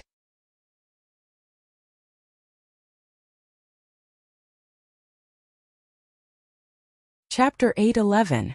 Although the black-robed young man had experienced many battles up till this point of his cultivation, he was the young master of Black Sand Ridge after all and was mostly unharmed. At the very least, there was no demon in Black Sand Ridge who was blind enough to provoke him. Furthermore, he had just broken through a couple of years ago and was a mid-level fiend demon. He did have the right to be proud. Even without the protection of the territorial lord of Black Sand Ridge, he was still considered as a top figure in the nearby territories. To think that he would end up in such a tragic state in his first battle after becoming a mid-level fiend demon. The most unacceptable thing for him was that the one who defeated him was a low-level fiend demon. How was that possible? The black-robed young man's bones and tendons were fractured from the fall. Although his mind was in a mess, he still could not understand. Even pure-blooded ferocious beasts might not be able to defeat him despite being a major cultivation realm above them. What was the background of this person? Why would a low-level fiend demon release a spirit consciousness attack? Countless questions flashed through the mind of the proud black-robed young man. There must be a secret on him. It's either some shocking treasure or some powerful secret technique. If I can kill this person and snatch his treasures or secret skills, my strength will definitely increase exponentially. Initially, the black-robed young man had thoughts of retreating. However, greed took over in the blink of an eye. Fortune came from danger. No matter what, he was a mid-level fiend demon with combat strength and a superior cultivation realm. There was still a chance for him to turn the tables. If he missed this opportunity, it would be way too difficult to capture the 5 of them in the future when they headed to other territories. At that thought, the black-robed young man took a deep breath and consumed a few spirit herbs. His glabella shone brightly as he channeled his essence spirit and gathered dermic powers continuously. Black Sand Eclipse. The black-robed young man did not even turn back as he hollered with bloodshot eyes. Upon hearing those words, many demon beasts of Black Sand Ridge that were initially fighting Monkey and the others were shocked and retreated one after another with wary expressions, afraid that they would not be able to avoid in time. Zemo was about to leap forward and kill the black-robed young man completely when he felt a strong gust of wind beside him and black sand surged towards him. Heaven and earth instantly became dark and lightless. It was as though the blazing sun was truly devoured. Black Sand Eclipse was the famous ultimate skill of the territorial lord of Black Sand Ridge. Not only was every grain of black sand contaminated with the scorpion race's poison, it also contained powerful dermic powers that could grind one's skin and erode one's bones. It was extremely powerful. Zemo felt a chill in his heart. He could clearly feel that every grain of black sand that hit his body caused a piercing pain.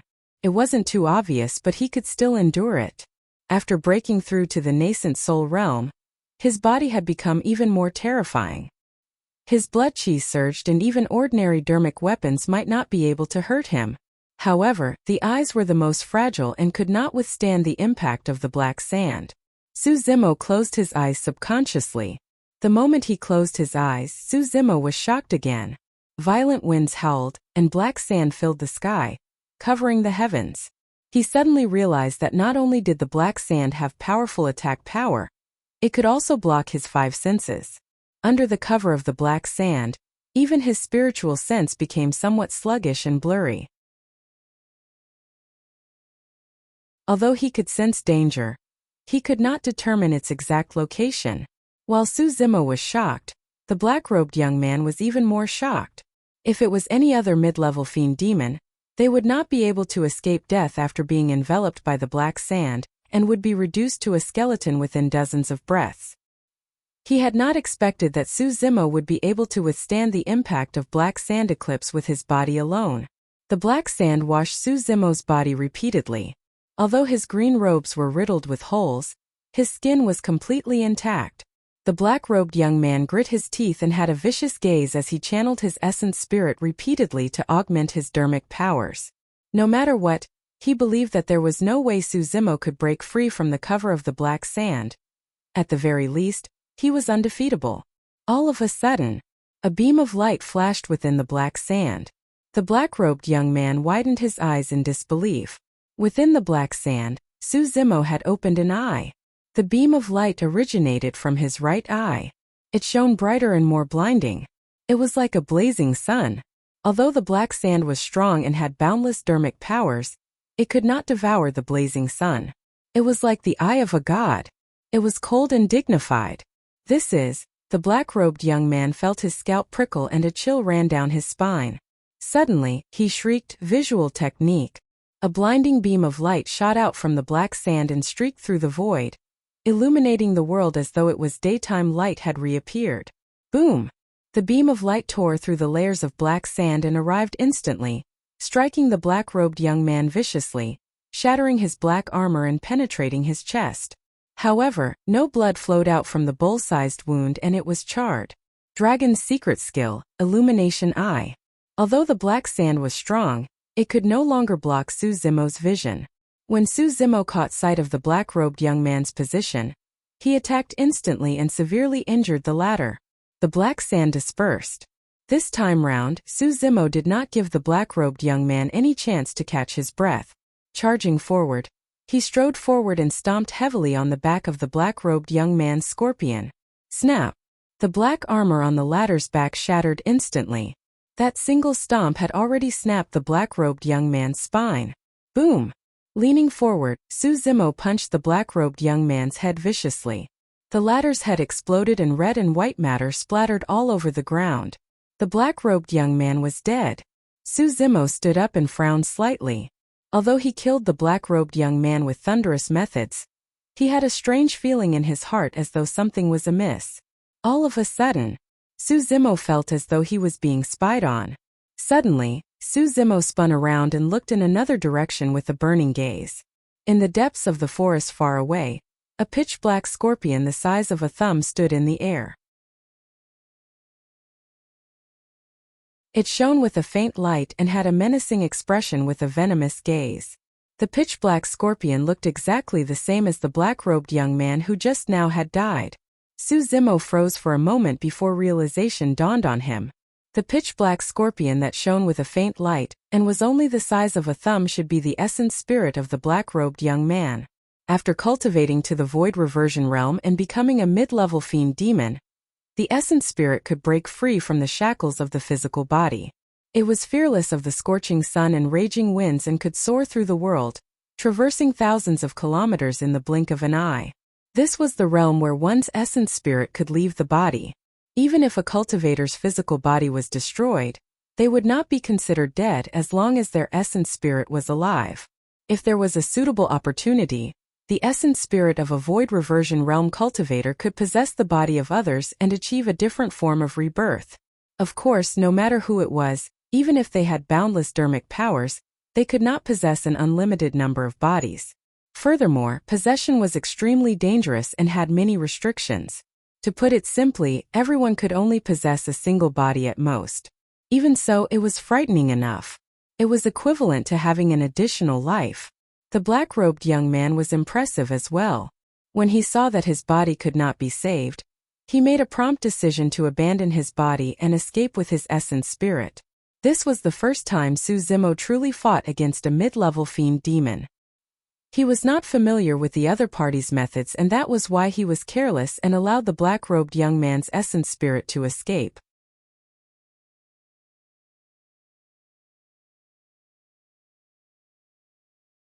Chapter 8:12. The black-robed young man glared at Su Zimo deeply with a venomous gaze before turning to leave and vanishing into the depths of the forest. The destruction of his physical body could be considered as a deep grudge. When Su Zimo caught sight of the black-robed young man's gaze, he knew that this was definitely not going to end peacefully. Right now, the simplest and most direct method for Su Zimo was to chase after the black-robed young man and destroy his essence spirit to prevent any future troubles. However, the black-robed young man was a step ahead and the distance between the two of them was widened. Furthermore, this was Black Sand Ridge and Su Zimo was relatively unfamiliar with the environment here. He did not chase for long before he lost track of the black-robed young man. After the essence spirit left the body, it was no longer restrained by the physical body, and could travel thousands of kilometers in the blink of an eye at an extremely fast speed. Even if he discovered the black-robed young man's tracks, Su Zimo might not be able to catch up if he did not release Blood Escape. Furthermore, the black-robed young man was the young master of Black Sand Ridge and had an esteemed status. The battle that broke out here must have alerted many fiend demon experts. If he continued chasing, he would most likely be embroiled in a bitter battle, and would not be able to extricate himself. After pondering for a moment, Su Zimo gave up on the chase and returned. With this experience, he would not make the same mistake the next time he encountered a mid-level fiend demon. By the time Su Zimo returned, the battle had already ended.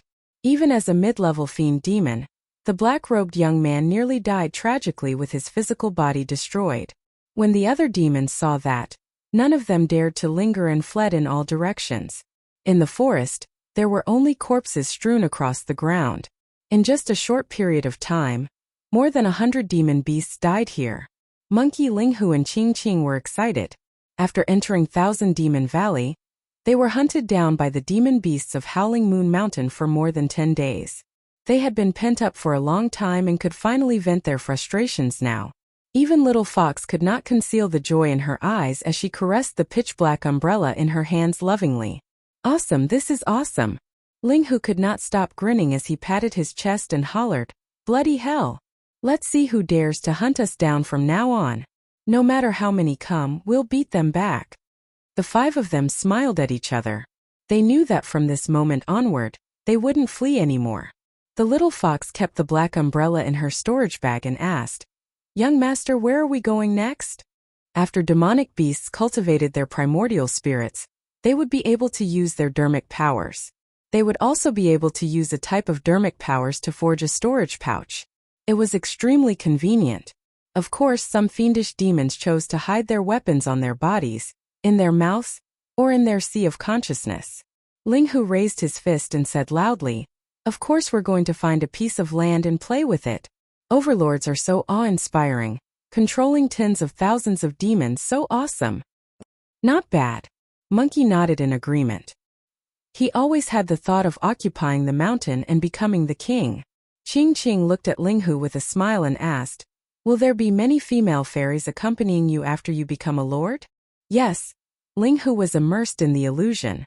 His expression was intoxicated, and he almost drooled. But before he could finish his sentence, he felt a killing intent.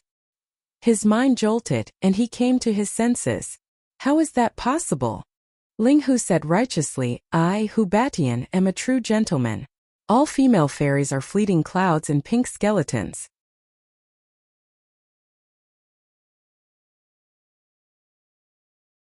Look at the territory of Howling Moon Mountain. It's the smallest in the vicinity. Based on that, the territorial lord should be weaker. "That's it," Monkey agreed as well. Linghu was raring to go and clamored, "Let's go. Let's go right now." Su Zimo said in a deep voice, "Don't be hasty. Let's infiltrate Howling Moon Mountain first and cultivate there for a period of time to stabilize our cultivation realms. It's best if we can figure out the actual situation of Howling Moon Mountain before making any plans." Su Zimo was clear that it was not that easy to occupy a territory. There were only 5 of them. If they were to attack forcefully, it would be extremely difficult. Furthermore, Monkey and the others had already refined their destiny dermic weapons. As for his creation, the Qinglian, he had yet to refine it. By the time his cultivation realm stabilized and his dermic powers transformed his essence spirit, physique and bloodline, His strength would definitely improve once more after he refined the creation Qinglian. With that, his chances of occupying Howling Moon Mountain would be much higher. Let's go. Let's leave this place first. Su Zimo pondered for a moment and waved his hand. This place was within the boundaries of Black Sand Ridge. The young master of Black Sand Ridge was severely injured and nearly died. It wouldn't be long before experts arrived.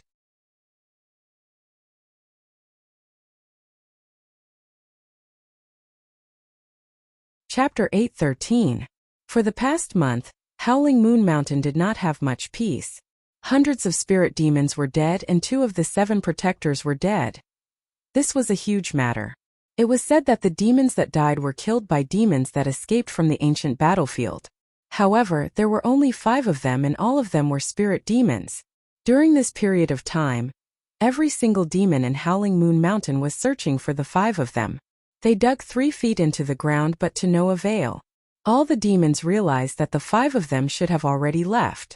Even if they were hiding in Howling Moon Mountain previously, they would have been scared off by such a huge search. However, no one noticed that on this day, 5 fiend demons in human form strutted into the territory of Howling Moon Mountain. The 5 fiend demons were none other than Su Zimo's group that was at the center of the storm right now. Puny demons of Howling Moon Mountain. I, Hu Batian, am back. Ling Hu grinned. Qing Qing said, the demons of Howling Moon Mountain probably wouldn't have thought that we would dare to return here. Su Zimo smiled.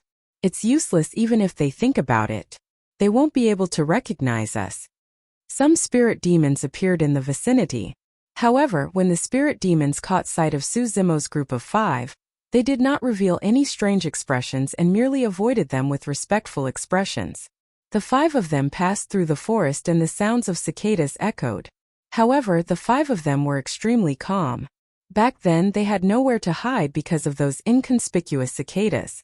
But now those cicadas posed no threat to them at all. After Su Zimo's group of 5 cultivated to fiend demons, they could take on human form completely without any traces of demons on them. Although they could take on human form in the Jindan realm as well, there would be demonic chi on them and traces of demons on them as well. For example, Monkey's long fur could not be concealed. Ling Hu had a human body and a tiger's head and Little Fox's tail would be revealed occasionally. Right now, even if other fiend demons were to come, they would not be able to recognize the 5 of them, let alone those ordinary cicadas. Unless it was an expert whose cultivation realm surpassed theirs, they would not be able to see through their facades. Su Zimo had a head of red hair, and the muscles on his face were wriggling. After some slight adjustments, he looked like a completely different person. Let's go. Let's find a place to settle down and cultivate for a while to stabilize our cultivation. Su Zimo led Monkey and the others deep into the forest and soon disappeared. 1 month later. Late at night, the full moon hung high in the sky. The clear and bright moonlight shone on the surface of the lake like a mirror. The lake water was so clear that one could see the bottom. It was as if there was a divine dragon swimming in the water. A gentle breeze blew past, and the waves sparkled. The divine dragon disappeared, and a silhouette was reflected. On a blue stone beside the lake, there was a crimson-haired man bathing in the moonlight, swallowing the world. Every time the man breathed, there would be the sound of waves coming from his body. Thick demonic chi gushed out of his mouth, forming a divine dragon in midair. It circled around him before being sucked into his body through his nose. This cycle repeated over and over again. The man's aura became more and more terrifying, emitting an endless amount of pressure. The demons in the vicinity had long stayed far away. The chirping of the cicadas had already disappeared. The crimson-haired man was Su Zimo. They had already cultivated for a month after returning to Howling Moon Mountain. During this period of time, Su Zimo's cultivation realm had already stabilized. Dermic powers had also completed the transformation of his essence spirit, bloodline and body. Right now, Su Zimo was much stronger than he was a month ago. If he encountered the black sand eclipse of the young master of Black Sand Ridge again, he would be able to dispel it easily even without using Illumination Eye. For the past month, Su Zimo had gained a lot. The crimson-haired Een spirit cultivated the mystic classic of the 12 demon kings of the Great Wilderness. The black-haired essence spirit cultivated the Purple Thunder Manual and Great Day Rulai Sutra. and was already in a good state.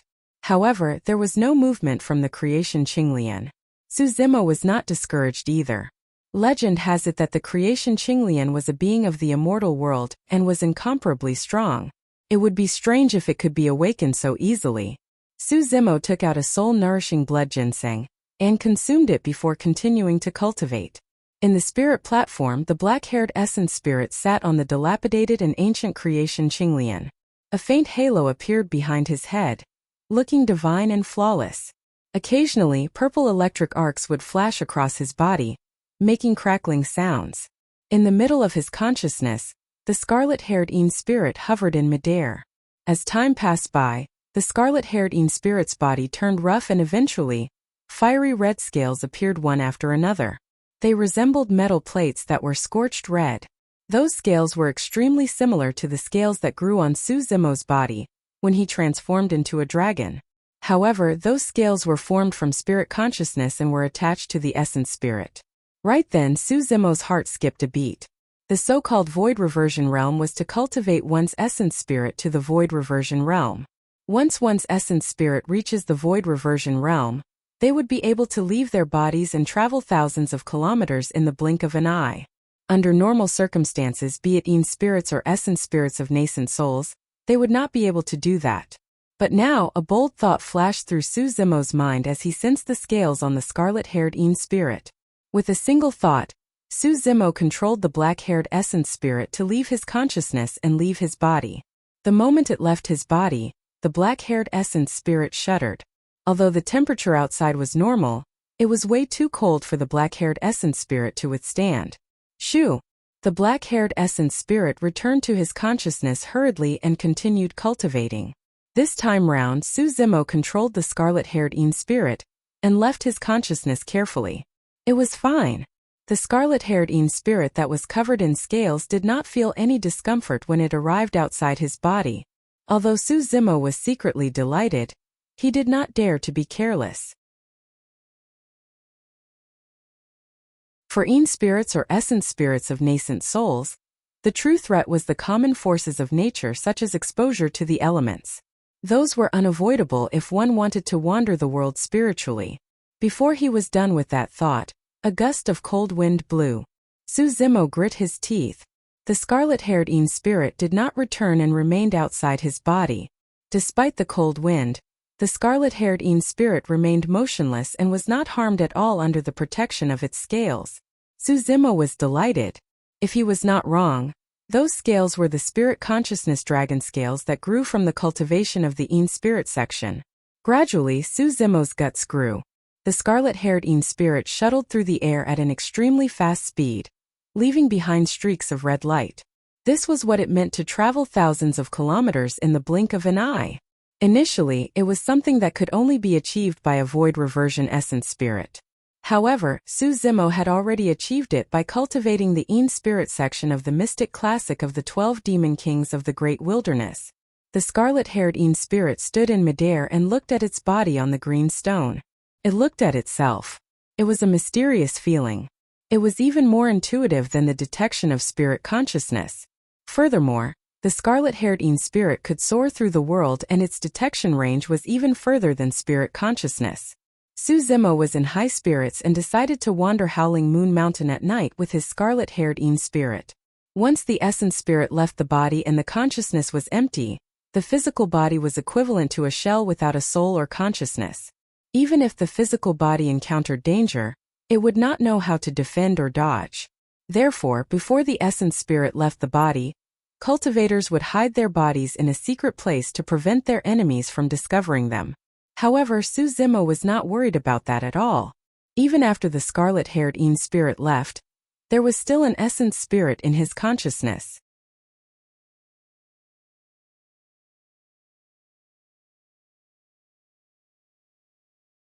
Chapter 8:14. The scarlet-haired Yin spirit hovered in midair weightlessly. Su Zimo leaped down from the green rock and walked towards a cave not far away. The black-haired essence spirit controlled the body and hid it in the cave temporarily, so that it would be less troublesome. The black-haired essence spirit continued to cultivate while the scarlet-haired Yin spirit vanished from the spot in a flash, heading towards the depths of Howling Moon Mountain. Without the restraints of the physical body, the essence spirit was closer to heaven and earth and traversed through the air with fewer obstacles. It was extremely fast and could travel thousands of kilometers in a single breath. In reality, if Su Zimo wanted to explore the territory of Howling Moon Mountain, he would need at least 3 days and nights. However, given the scarlet-haired Een spirit's speed, he would only need a single night to explore most of Howling Moon Mountain. The shadows of the trees retreated continuously. With the protection of the dragon scales, the scarlet-haired Een spirit shuttled through the forest wantonly and soared through heaven and earth in an indescribably carefree manner. Referring to the map in his hands, Su Zimo gradually approached the center of Howling Moon Mountain. That was where the territorial lord of Howling Moon Mountain resided and cultivated.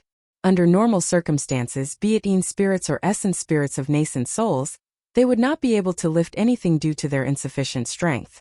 Even a feather could not be lifted by a Een spirit, let alone a map. However, the scarlet-haired Een spirit had dragon scales and could lift lighter items such as the map of Howling Moon Mountain. Su Zimo lamented internally. He had to admit that the mystic classic of the 12 demon kings of the Great Wilderness was indeed powerful. Even though the black-haired essence spirit cultivated the Purple Thunder Manual and Great Day Rulai Sutra, 2 top-tier immortal and Buddhist cultivation techniques, it could not allow its mind to wander, let alone lift anything. However, the Een spirit section of the mystic classic of the 12 demon kings of the Great Wilderness could do it. The Een spirit section came from the Dragon King of Desolate Ocean. In other words, even the dragons of Tianhuang mainland might not be able to compare to Su Zimo in terms of spirit refinement. 2 hours later, Su Zimo was already close to the center of Howling Moon Mountain. In order to prevent others from discovering him, the scarlet-haired Een spirit gradually slowed down. It was clear that the number of fiend demons in the vicinity had increased significantly. However, none of them discovered Su Zimo's whereabouts. Firstly, most of them were in the midst of cultivation, and it was difficult for them to be distracted. Secondly, the scarlet-haired Een spirit was only the size of a thumb, and was extremely fast. Even if someone saw it, they would only think that it was an illusion. Thirdly, although Su Zimo had just entered the nascent soul realm, his scarlet-haired Een spirit was much stronger than the primordial spirits of other demons. This way, it would be even harder for the demons to discover Su Zimo. This was also the strength of an astral projection. Even if low-level fiendish demons were spying on them from the side, these fiendish demons would not be able to detect them. Su Zimo continued forward, his speed becoming slower and slower. He could clearly sense that there were 2 fiend demons cultivating not far ahead. The dermic powers around them were extremely strong and far surpassed the other fiend demons. 2 mid-level fiendish demons. Su Zimo stopped and hit himself, not daring to move forward. If he was not wrong, the 2 mid-level fiend demons should be the territorial lords of Howling Moon Mountain, Black Wolf and Chan Rui. Both territorial lords were mid-level fiendish demons and could completely astral travel. Su Zimo peeked carefully from afar, afraid that he would alarm the 2 of them. All of a sudden, Black Wolf stood up with a menacing aura. His eyes shone brightly as he howled, "Who's there? How dare you spy on Howling Moon Mountain? Not good, I've been discovered." Su Zimo was alarmed. It's no wonder why Black Wolf is the territorial lord of Howling Moon Mountain. He's quite capable indeed. To think that he could sense me even though I'm hiding here from such a distance. Su Zimo was already prepared to retreat when that thought flashed through his mind. Since his tracks were exposed, there was no point in lingering any longer. Instead, he would land himself in a dangerous situation where it would be difficult for him to escape. Right then, a gentle breeze blew and 3 essence spirits that shone faintly flew out from the forest not far away, hovering in midair. Initially, Su Zimo wanted to leave. However, when he saw that, he paused in his actions. To think that there would be other essence spirits spying in the dark. The 3 essence spirits were in the form of bats, and it was clear that they were void reversions for them to be able to roam this far. One of the essence spirits in the middle said eccentrically, "Territorial Lord of Howling Moon Mountain, you're indeed quite capable to be able to discover our tracks. We'll pay you a visit another day." Before his sentence was finished, the 3 essence spirits had already sped into the distance, wanting to escape in time. "Where do you think you're going?" Black Wolf hollered and his glabella shone.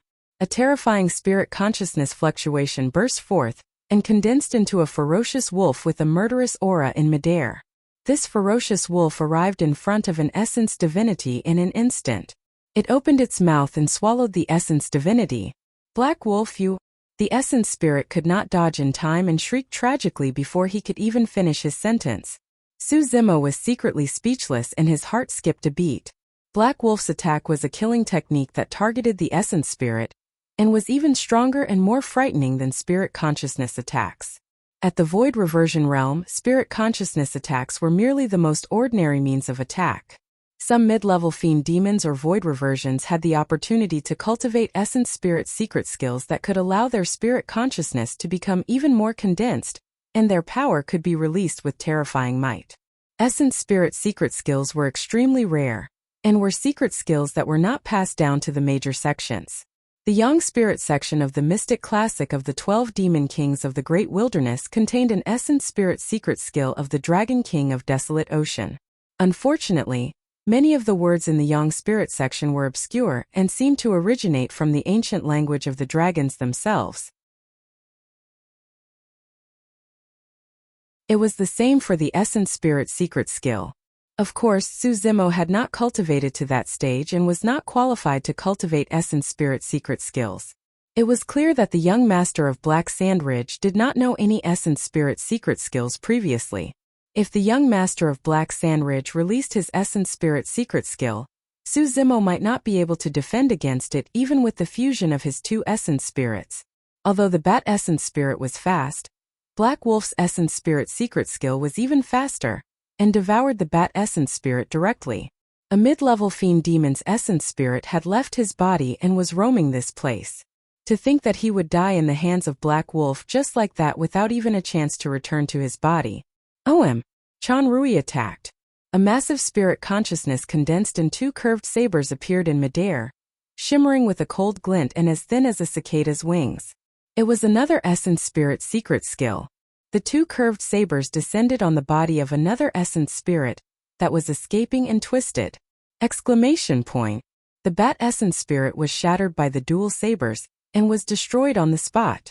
In the blink of an eye, two Essence Spirits of Void Reversions were dead. Essence Spirits were bound to face immense danger when they left their bodies. Furthermore, they were here to investigate a territorial lord. The two territorial lords of Howling Moon Mountain attacked cleanly and killed two Essence Spirits. However, the third Bat Essence Spirit seized the opportunity to flee far away. Black Wolf, Chanrui, don't get cocky. The voice of the Bat Essence Spirit sounded from afar. Howling Moon Mountain is about to be finished. Let's see how long more you guys can be smug for. The voice of the Essence Spirit grew further and further away before vanishing completely. Su Zimo remained on the spot motionlessly. If he attracted the attention of the two territorial lords of Howling Moon Mountain and released some Essence Spirit secret skill on him, his scarlet-haired Een Spirit would be severely injured even with the protection of his dragon scales.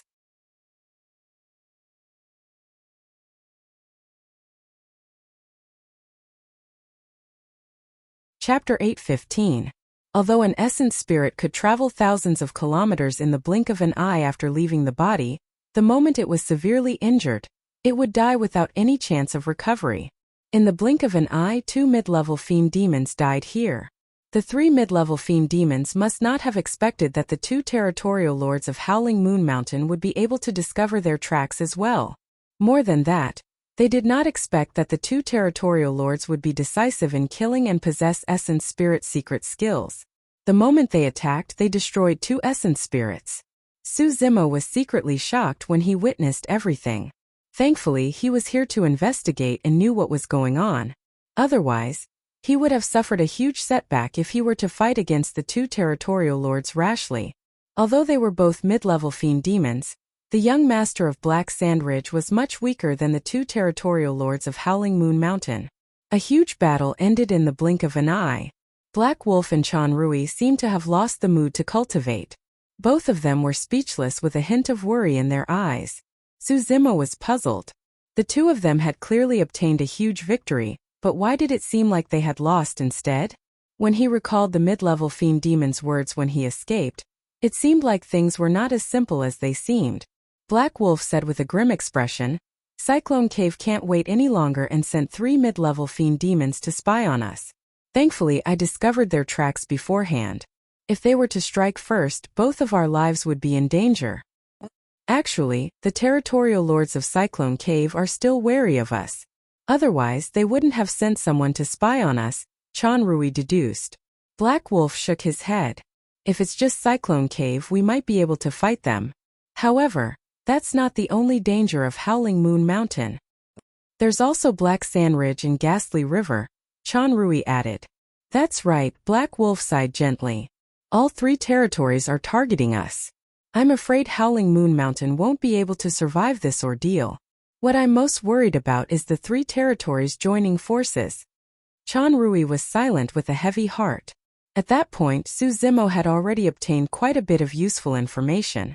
Seeing that the 2 suzerains were uneasy, he thought that this was a rare opportunity. Thus, he carefully retreated and quietly left the area.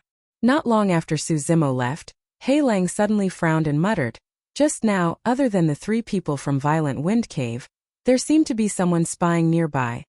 Ah! Chanrui was stunned. Heilang said, that feeling is intermittent. I can't say for sure. Could it be someone from Black Sand Ridge? Chanrui asked.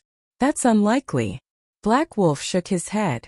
During this period of time, the fiend demons of Black Sand Ridge have been searching for the whereabouts of a mysterious group of people. They shouldn't be here. I've also heard of that matter. It's said that the physical body of the young master of the Black Sand Ridge was destroyed and he nearly died. Chanrui chuckled and said, but if it's not Black Sand Ridge, who could it be? Could it be? Chanrui suddenly paused and looked at Black Wolf subconsciously. Their gazes met in midair and Chanrui's heart skipped a beat as she asked sternly, that person from Ghastly River? That should be it. Heilang nodded and said, I'm afraid only that person from the Ghastly River can silently sneak up on us and come and go without a trace. This is truly troublesome, Chanrui sighed. Suzimo had left a long time ago, and naturally did not know that the 2 territorial lords of Howling Moon Mountain had imagined him to be someone else.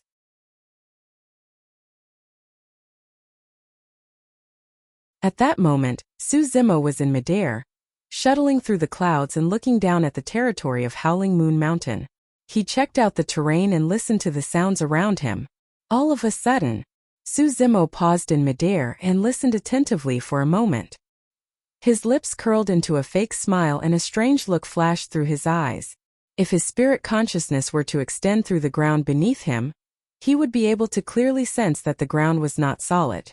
Instead, it was connected in all directions with countless paths intersecting, forming caves that were filled with demonic chi. Eventually, they gathered at a rather massive palace. The palace was golden and made entirely out of gold, shimmering with a rustic aura. Countless rats were bustling around the palace in a joyous manner. Some of them huffed and puffed as they carried wine. Some of them were slaughtering chickens and cows. Ordinary wild beasts such as chickens and cows naturally had no resistance against rats that had already gained sentience and cultivated into demons. The palace was even livelier. Some of the rats transformed into women and shuttled through the banquet, placing rare fruits and delicacies one after another. At the top of the palace, a chubby man sat in the middle with a golden crown on his head. Although he did not have any demonic chi on him, he had a shifty look and was extremely wretched. Beside the rat-eyed fatty, there were 2 delicate women who were massaging his legs and back in a joyous manner. Congratulations, Your Majesty! Congratulations, Your Majesty! Below, a rat demon stood up and raised his cup in congratulations. This rat demon had transformed into a human form. He could stand on his 2 feet and wore clothes like a human, but there was a long tail behind him. This was a Jin Dan realm spirit demon. The rat demon declared loudly, Your Majesty is the first of the Howling Moon Mountain rat race to cultivate into a fiend demon. The prosperity of our race is just around the corner. That's right. Your Majesty is extremely talented and managed to cultivate into a fiend demon in less than a month after returning from the ancient battlefield. Impressive. Some of the rat demons chimed in. Ha ha ha ha. The rat-eyed fatty at the top of the palace roared in laughter and his eyes were almost squeezed out. He raised his cup and drank to his heart's content. Everyone, drink to your heart's content. Tisk tsk. Rat King, how impressive. At that instant, a mocking voice suddenly appeared beside the rat-eyed man's ears. The voice was neither loud nor soft. Apart from the rat-eyed fatty, no one else heard it in the noisy palace. Who is it? The rat-eyed fatty was shocked. Someone had approached him without him noticing at all? The rat-eyed fatty's glabella shone without batting an eyelid as he released his spirit consciousness towards the source of the voice. His spirit consciousness extended over and a thumb-sized figure stood in a corner behind him. It had shoulder-length scarlet hair and was covered in scales, obscuring its appearance. Pust! The Rat King gasped and his expression changed in shock. Instantly, he broke out in cold sweat and his wrist trembled, causing more than half of the wine in his cup to spill. Although he did not know who the intruder was, he knew that this was a technique that only mid-level fiend demons could release, the essence spirit projection. Don't make a fuss. Follow me. The scarlet-haired essence spirit's voice was cold and emotionless, as it vanished into the darkness in a flash. The rat-eyed fatty lamented internally. The only territorial lords of Howling Moon Mountain who could release their essence spirits were the territorial lords and vice-territorial lords. However, he knew that the essence spirits of the territorial lords and vice-territorial lords were definitely not as such. In other words, the intruder was not a mid-level fiend demon of Howling Moon Mountain. He would most likely be doomed if he were to head over. However, if he did not follow along, that essence spirit alone was enough to kill him. If he implicated his clansmen here, he would not be able to atone for it even with 100 deaths. At that thought, the rat-eyed fatty squeezed out a smile with a bitter expression and pushed away the two women beside him. His heart was stirring as he declared loudly, "Everyone, please continue. I can't handle the alcohol and will make a move first."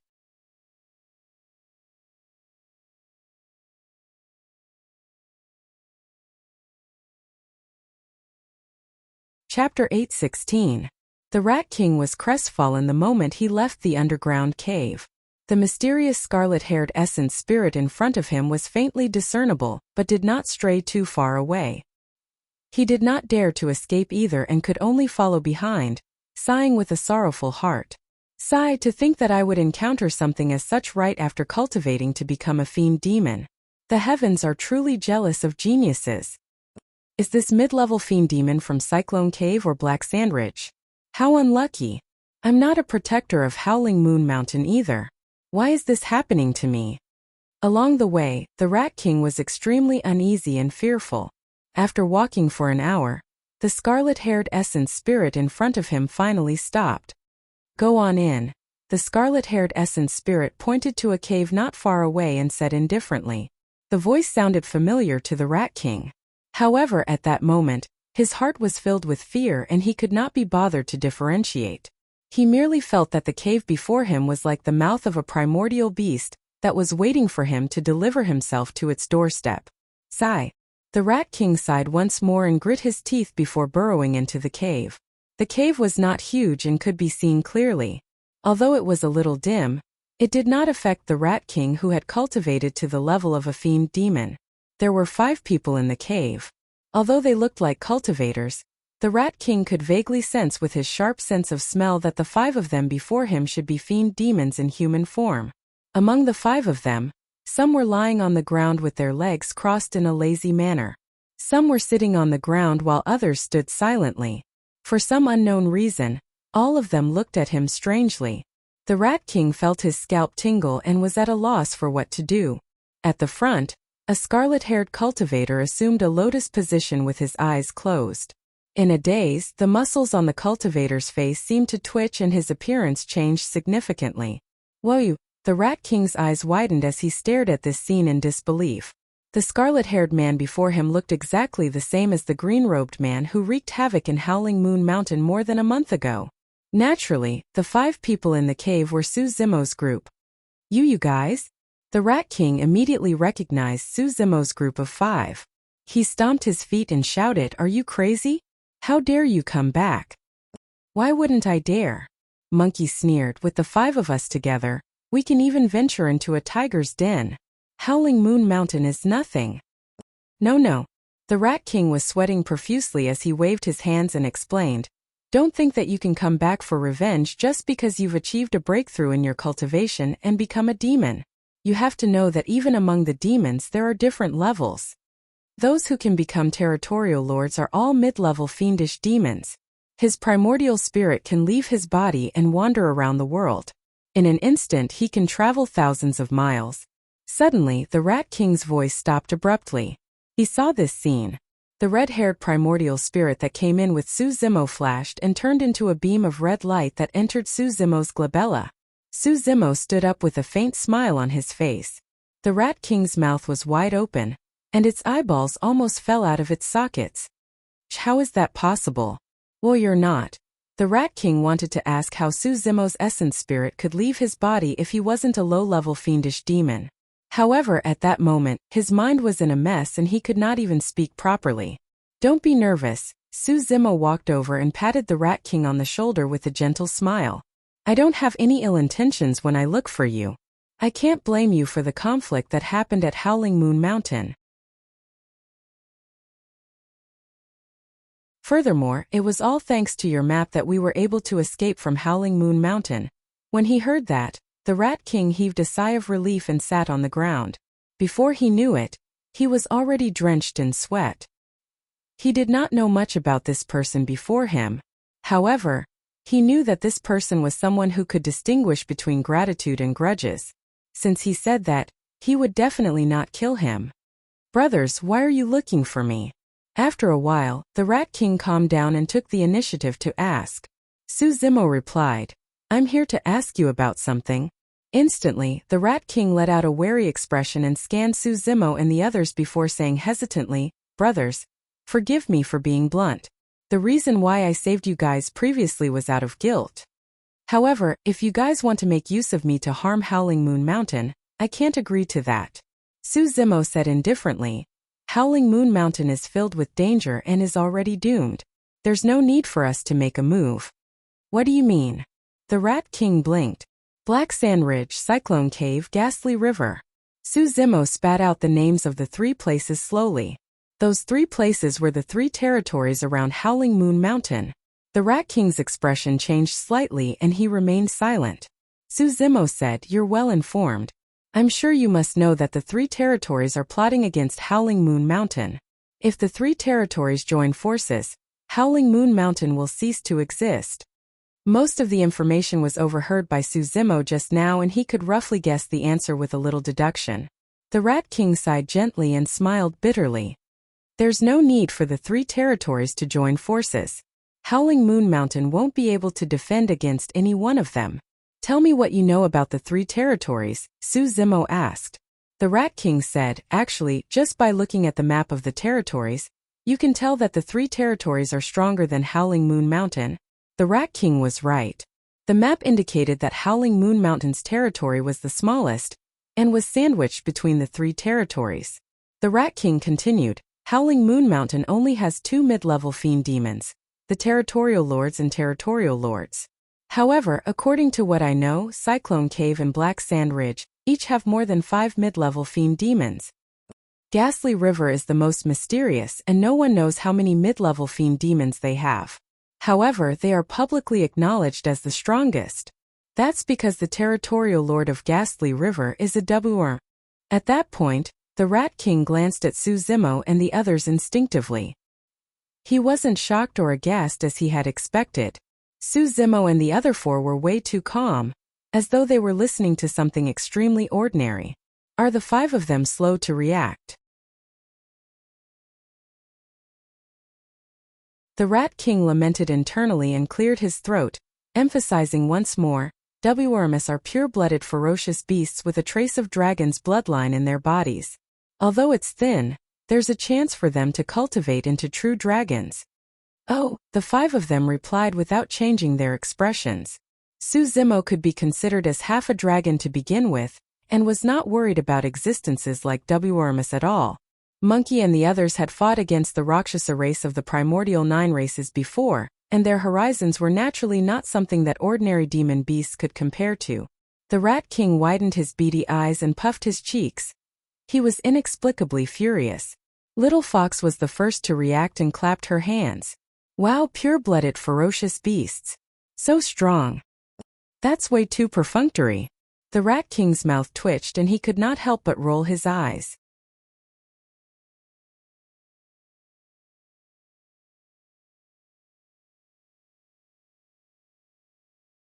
Chapter 8:17.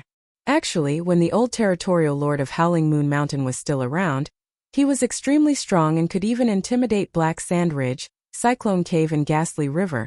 The Rat King continued, however, the old territorial lord encountered a strong enemy when he went out and was severely injured. His body was destroyed and his essence spirit escaped, but he died not long after. The current territorial lord of Howling Moon Mountain is the only bloodline of the old territorial lord. The reason why Howling Moon Mountain has not been annexed all these years is because Black Sand Ridge, Cyclone Cave and Ghastly River have different intentions and are wary of one another. Su Zimo nodded. The three territories were worried that the other party would take advantage of them if they fought against Howling Moon Mountain. That was the reason why they did not make a move. However, if the three territories came to a consensus, Howling Moon Mountain would be destroyed instantly. Brothers, why have you guys returned? The Rat King's beady eyes darted around as he probed. Ling Hu raised his chin and declared haughtily, naturally, we're back to take over the mountain and replace it. Who are you trying to fool? The Rat King pouted his lips and sneered internally. In his opinion, the spirit tiger must be spouting nonsense. It was a fool's dream for a few low-level fiend demons like them to think that they could rule over this territory. You don't believe me? Monkey walked over and hugged the Rat King's shoulders with a grin. I do. The Rat King shuddered and replied hurriedly with a smile. Monkey's smile deepened. Since you believe me, come and help us. We're lacking manpower. Seems like you know what's good for you, lad. The Rat King lamented internally but could only grit his teeth and say, well, I'm indebted to the old territorial lord, and the current territorial lord treats me rather well as well. Suddenly the Rat King had an idea and said, brothers, actually you guys are not to blame for what happened back then. I can clarify this matter in front of the territorial lord. Brothers, you guys are already fiend demons. Given your capabilities, you might be able to take on the role of protector for Howling Moon Mountain. Alright. Suddenly, Su Zimo spoke. We'll have to trouble you then. Alright. The Rat King patted his chest and said loudly, don't worry everyone. I will do my best to plead for mercy on your behalf. The feudal lord is very wise and will not pursue the matter of the past. Su Zimo nodded and said, yes, you can go back. The Rat King was slightly taken aback. You're letting me go just like that? He didn't expect things to go so smoothly. After being stunned for a moment, the Rat King reacted quickly and cupped his fists. Brothers, please wait here for the good news. I'll be back as soon as possible. The Rat King walked out of the cave and soon disappeared into the night. Big brother, are we letting him go just like that? Ling Hu scratched his head and muttered, from what I can see, this Housie has a wretched look on his face and doesn't seem too honest. Perhaps he'll turn around and lead a large group of people to surround and annihilate us. Su Zimo said meaningfully, let's see what they choose. 10 days later. In the cave, Su Zimo, who had been meditating, slowly opened his eyes. A divine light flashed in his eyes. Before long, Monkey and Ling Hu woke up from their cultivation as well. The rat's back. Monkey's ears twitched. I think he's the only one. Su Zimo nodded and stood up with a look of relief in his eyes. Although he did not know the attitude of the territorial lord of Howling Moon Mountain, at the very least, the rat did not plot against them behind their backs. Before long, the Rat King entered the cave and rubbed his hands with a smile. I didn't let you down. Brothers, come with me to meet the territorial lord. Alright, Su Zimo agreed right away. Great. The Rat King praised, brother, don't think too much about it. The position of protector is high and the territorial lord wants to meet you guys personally before making a decision. Of course, Su Zimo nodded. Thereafter, Su Zimo's group of 5 followed the Rat King out of the cave and headed for the center of Howling Moon Mountain. With the Rat King leading the way, although Su Zimo's group of 5 looked unfamiliar, They were unobstructed the entire way and arrived before a cave abode in the center of Howling Moon Mountain before long. Ling Hu and Little Fox were curious and looked around along the way. Su Zimo, on the other hand, had a calm expression. He had been here when his essence spirit left his body 10 days ago. Right now, he could only be considered as revisiting the place. Brothers, follow me. The Rat King led the way into the cave abode and Su Zimo's group of 5 followed closely behind. The moment they entered the cave abode, their eyes lit up. The cave abode was rather spacious and the 4 walls were embedded with fist-sized pearls that shone brightly in a grand manner. Ling Hu's eyes lit up and he could not wait to pluck all the night illumination pearls and stuff them in his pockets. Insolent! At this moment a loud shout was heard. Everyone looked in the direction of the voice and saw a dark-faced man sitting in the middle of the room not far away. He was expressionless as he looked at them. Su Zimo had seen this person before and naturally knew that this was the territorial lord of Howling Moon Mountain, Black Wolf. Below Black Wolf's left sat a woman in a white veil. She sat there quietly without even raising her head. That was the deputy territorial lord of Howling Moon Mountain, Chan Rui. Just now, the hollering did not come from either of them. Behind Hei Lang there was even a burly man standing. His eyes were like copper bells and he was 10 feet tall, burly and muscular. His exposed arms bulged with bronze muscles that resembled rocks. The burly man spoke once more with a rumbling aura. "Why aren't you greeting the 2 territorial lords?" The Rat King whispered hurriedly. "This is the leader of the protectors of Howling Moon Mountain. His name is Tong Nyo and he's the strongest in combat. Brothers, it's best not to offend him." Monkey pouted his lips with a prideful expression. Su Zimo's group of 5 did not move at all. Tong Nyo's gaze froze and he was enraged. Just as he was about to explode, Black Wolf waved it off. Tong Nyo panted heavily and held it in for the time being. He merely glared at Su Zimo's group of 5 with an unfriendly expression. From the moment they entered the cave abode, Black Wolf had been sizing up Su Zimo's group of 5 with a frightening gaze. He was a mid-level fiend demon and a territorial lord. He exuded a powerful aura and might that ordinary demon beasts could not withstand. Most of them would kneel on the ground and take the initiative to greet him. However, he did not see any fear or cowardice on the faces of the 5 people before him, even against 2 territorial lords, even against 2 mid-level fiend demons. The most special thing was that the scarlet-haired man in the lead dared to meet his gaze with a calm expression without any bit of uneasiness. Interesting, Black Wolf chuckled internally. Even Chan Rui raised her head and purposely glanced at Su Zimo. "You guys killed 2 of my protectors and yet you dare to come knocking on my door? Aren't you afraid that I'll take you down personally?" A moment later, Black Wolf spoke slowly with a sharp gaze that was filled with killing intent. Before Su Zimo could react, the Rat King was the first to jump and say hurriedly, "Territorial Lord, didn't we agree to let bygones be bygones?" Black Wolf's expression was cold as he said coldly, "I'm going back on my words. Can't I do that?" The Rat King was speechless and broke out in sweat.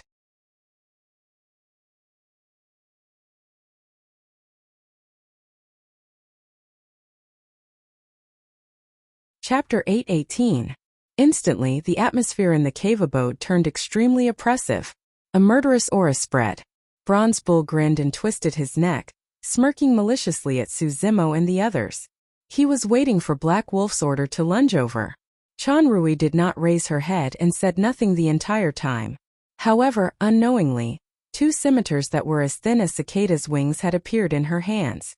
They were almost transparent and exuded a chilling aura. Black Wolf glared at Su Zimo without saying anything.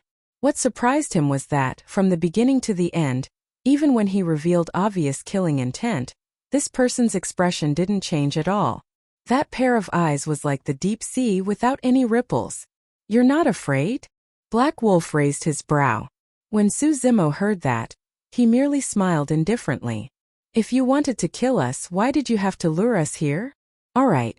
The killing intent between Hei Lang's brows suddenly dissipated as he nodded his head and revealed a smile.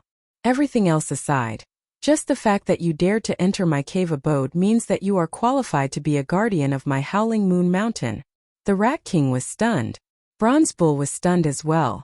Suzimo was the only one with a calm expression, as though he had expected this. I heard about what happened previously as well. Although my fiend demons were in the wrong first, you killed many demons of Howling Moon Mountain and 2 protectors after all, Black Wolf said deeply. You can be a protector of Howling Moon Mountain, but you'll be a sinner. You'll have to do your best in the future. That's for sure. Before Suzimo could say anything, the Rat King chimed in with a bright smile. Territorial Lord, isn't this a little hasty? Bronze Bull was a little indignant and glanced askance at Suzimo's group. He could not help but say, this man has clearly just broken through and looks so young. How strong can he be? The position of protector is no small matter. We have to test his skills no matter what. Let me play with you? Monkey's eyes flashed with a scarlet glint when he heard that they were going to fight and stood out immediately. Ever since he became a fiend demon, he had only fought once with the fiend demons of Black Sand Ridge and had yet to enjoy himself. Naturally, he would not miss this rare opportunity. You mean Monkey? Bronze Bull laughed wildly and said, all of you, come at me together. At this moment, Suzimo suddenly said, actually, I didn't come here to be a protector. Oh. Heilang frowned slightly and asked, what do you want to do? Suzimo's eyes shone brightly as he said slowly, I want to be the territorial lord of Howling Moon Mountain. As soon as he finished speaking, the cave instantly became silent. The Rat King was dumbfounded. His expression was one of shock. Oh my God, is he crazy? A low-level fiendish demon actually came here to provoke a territorial lord. It's over, it's over. I'm going to die because of you. Chanrui raised her head and looked seriously at Suzimo for the first time, as if she wanted to see through him. Heilang narrowed his eyes with a ferocious glint. Although he was seated motionlessly, he exuded a dangerous aura that was much more frightening than just now. This time round he was truly intent to kill. Brazen and ignorant. Bronze Bull's eyes widened as he leaped up and lunged towards Suzimo, hollering, how dare you behave so atrociously in front of your Grandpa Bull? Die! Against the incoming Bronze Bull, Suzimo did not budge at all. A figure flashed by beside him. Monkey had already darted out. Monkey raised his fist and his flesh expanded, as though it was transforming into a gigantic seal in midair, smashing it against Bronze Bull's fist viciously. Boom! There was a deafening sound. Bronze Bull grunted dully and was sent flying. Monkey retreated a few steps back as well and flung his arms, rearing his head in laughter. Awesome! Let's do it again. The Rat King's eyes widened and he nearly bit his tongue. Bronze Bull was the leader of the protectors of Howling Moon Mountain and was the strongest.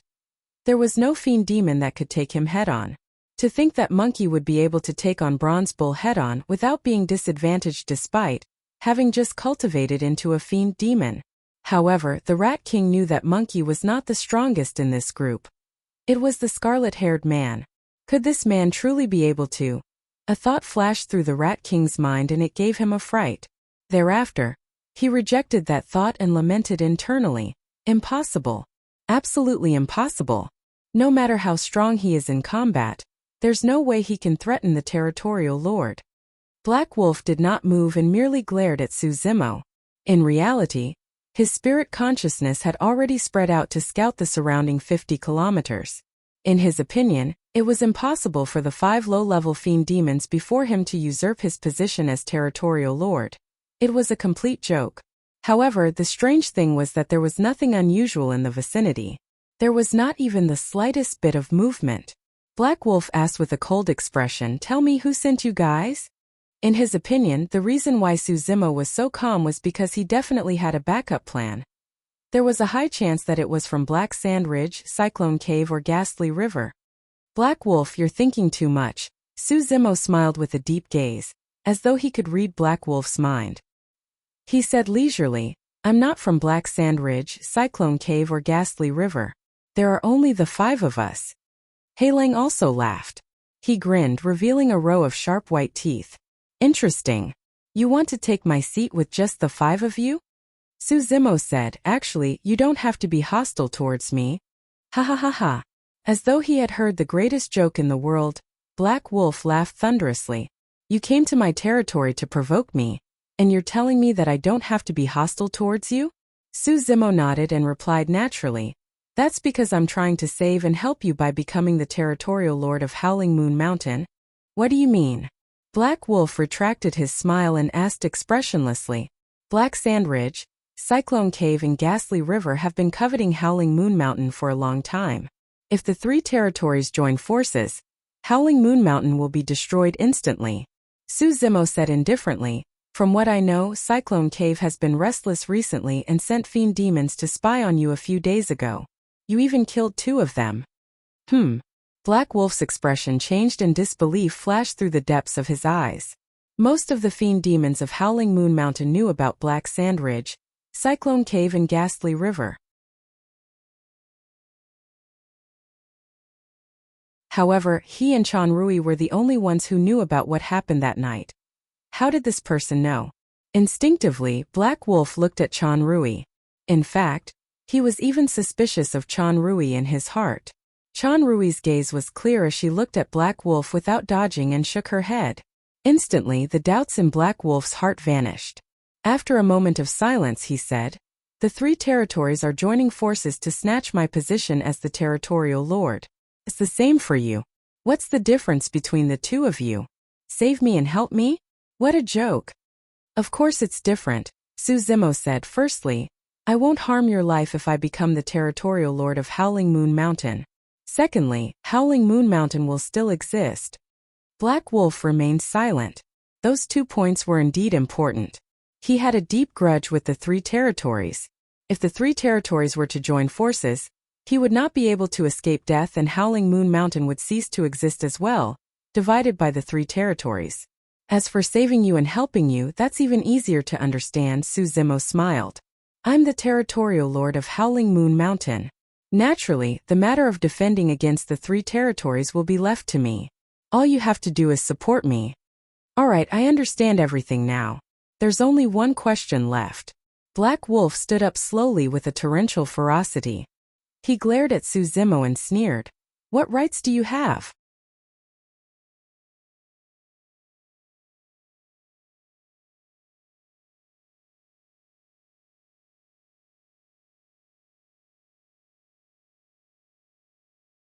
Her palm trembled and the curved saber in her hand streaked through the air with 2 cold flashes, slicing towards Su Zimo's wrist. The 2 slashes were extremely fast. Coupled with the fact that Su Zimo was charging at an extremely fast speed with a domineering aura, Chanrui believed that even a mid-level fiend demon would not be able to dodge it. "That's good as well. I'll sever one of your wrists as a lesson to you." That was what Chanrui thought. Unexpectedly, Su Zimo did not dodge at all. Against the 2 incoming cold flashes, Su Zimo flicked his fingers gently. Clang! Clang! Clang! A few fingernails popped out with a chilling aura and struck the 2 cold flashes accurately like razor blades. Clang! Clang! There were 2 crisp sounds and sparks flew everywhere. Chanrui exclaimed and the web between her thumb and index finger tore as the 2 curved sabers flew out of her hands. The Rat King stood at the side with widened beady eyes and a shocked expression. He had thought that Su Zimo's combat strength would definitely be extraordinary. However, he could not have imagined that Su Zimo would be able to take on 2 opponents single-handedly and gain the upper hand completely. Hei Lang and Chanrui were mid-level fiend demons after all, and calmed down instantly after a slight fluster. Both of them retreated at almost the same time. "Lad, you're strong in melee combat. However, that's not enough if you want to take over my position as territorial lord." Hei Lang's glabella shone as he hollered, "Watch out." No matter what, Su Zimo's formidable melee combat strength was enough for Hei Lang to cherish this talent and warn him out of goodwill because he could not bear to take the latter's life. Swoosh! 2 powerful spirit consciousnesses engulfed over with endless might. This was a spirit consciousness attack that only mid-level fiend demons at Void Reversion Realm could use. If it was any other low-level fiend demon, their essence spirits would have shuddered against the might of the spirit consciousnesses, and they would be suppressed so badly that they could not even use dermic powers. However, scarlet scales appeared on the scarlet-haired Een spirit in Su Zimo's consciousness, and blocked the spirit consciousnesses outside. He was not affected at all by the spirit consciousnesses of the 2 territorial lords. "Fufu, you don't have to hold back." Spirit consciousness attacks alone won't be able to affect me. Su Zimo chuckled and charged towards He Lang and Chan Rui in huge strides. Both He Lang and Chan Rui frowned. Both of them did not use their Essence Spirit secret skills because they did not want to hurt Su Zimo. The killing power of Essence Spirit secret skills was extremely frightening, and the Essence Spirits of low-level fiend demons could not defend against it at all. If they could not defend against it, their Essence Spirits would be destroyed and they would die on the spot. However, both of them had no choice at that moment. Roar! Suddenly, a terrifying spirit consciousness fluctuation burst forth in midair. The massive spirit consciousness condensed into a pitch-black, murderous black wolf that lunged towards Su Zimo. On the other side, Chan Rui's spirit consciousness split into two in midair, and transformed into two cold beams of light that arrived instantly. Two essence spirit attacks descended together. Su Zimo's footsteps slowed down as well with a grim expression. Those were essence spirit secret skills and were not something spirit consciousness attacks could compare to. If he dealt with them wrongly, his essence spirit would be damaged and he would suffer injuries that would be difficult to heal. After all, he was a low-level fiend demon at nascent soul realm, and did not dare to be careless against a power of this level. Prior to this, he had only experienced the might of the two essence spirit secret skills from afar once. However, that time was far from being able to experience it as vividly as he was now. Instantly, a thought crossed Su Zimo's mind. Even if his two essence spirits fused and released a spirit consciousness attack, it would be difficult for him to defend against the two essence spirit secret skills. You're tuning in to the Li Mei's Wuxia Whispers YouTube channel. We're so grateful for your support, and don't forget to subscribe to join us on this incredible journey through captivating stories. Your generosity through donations truly makes a world of difference, as it's the primary source of revenue that allows me to expand and enhance this channel for you. Thank you from the bottom of my heart for being a part of this adventure.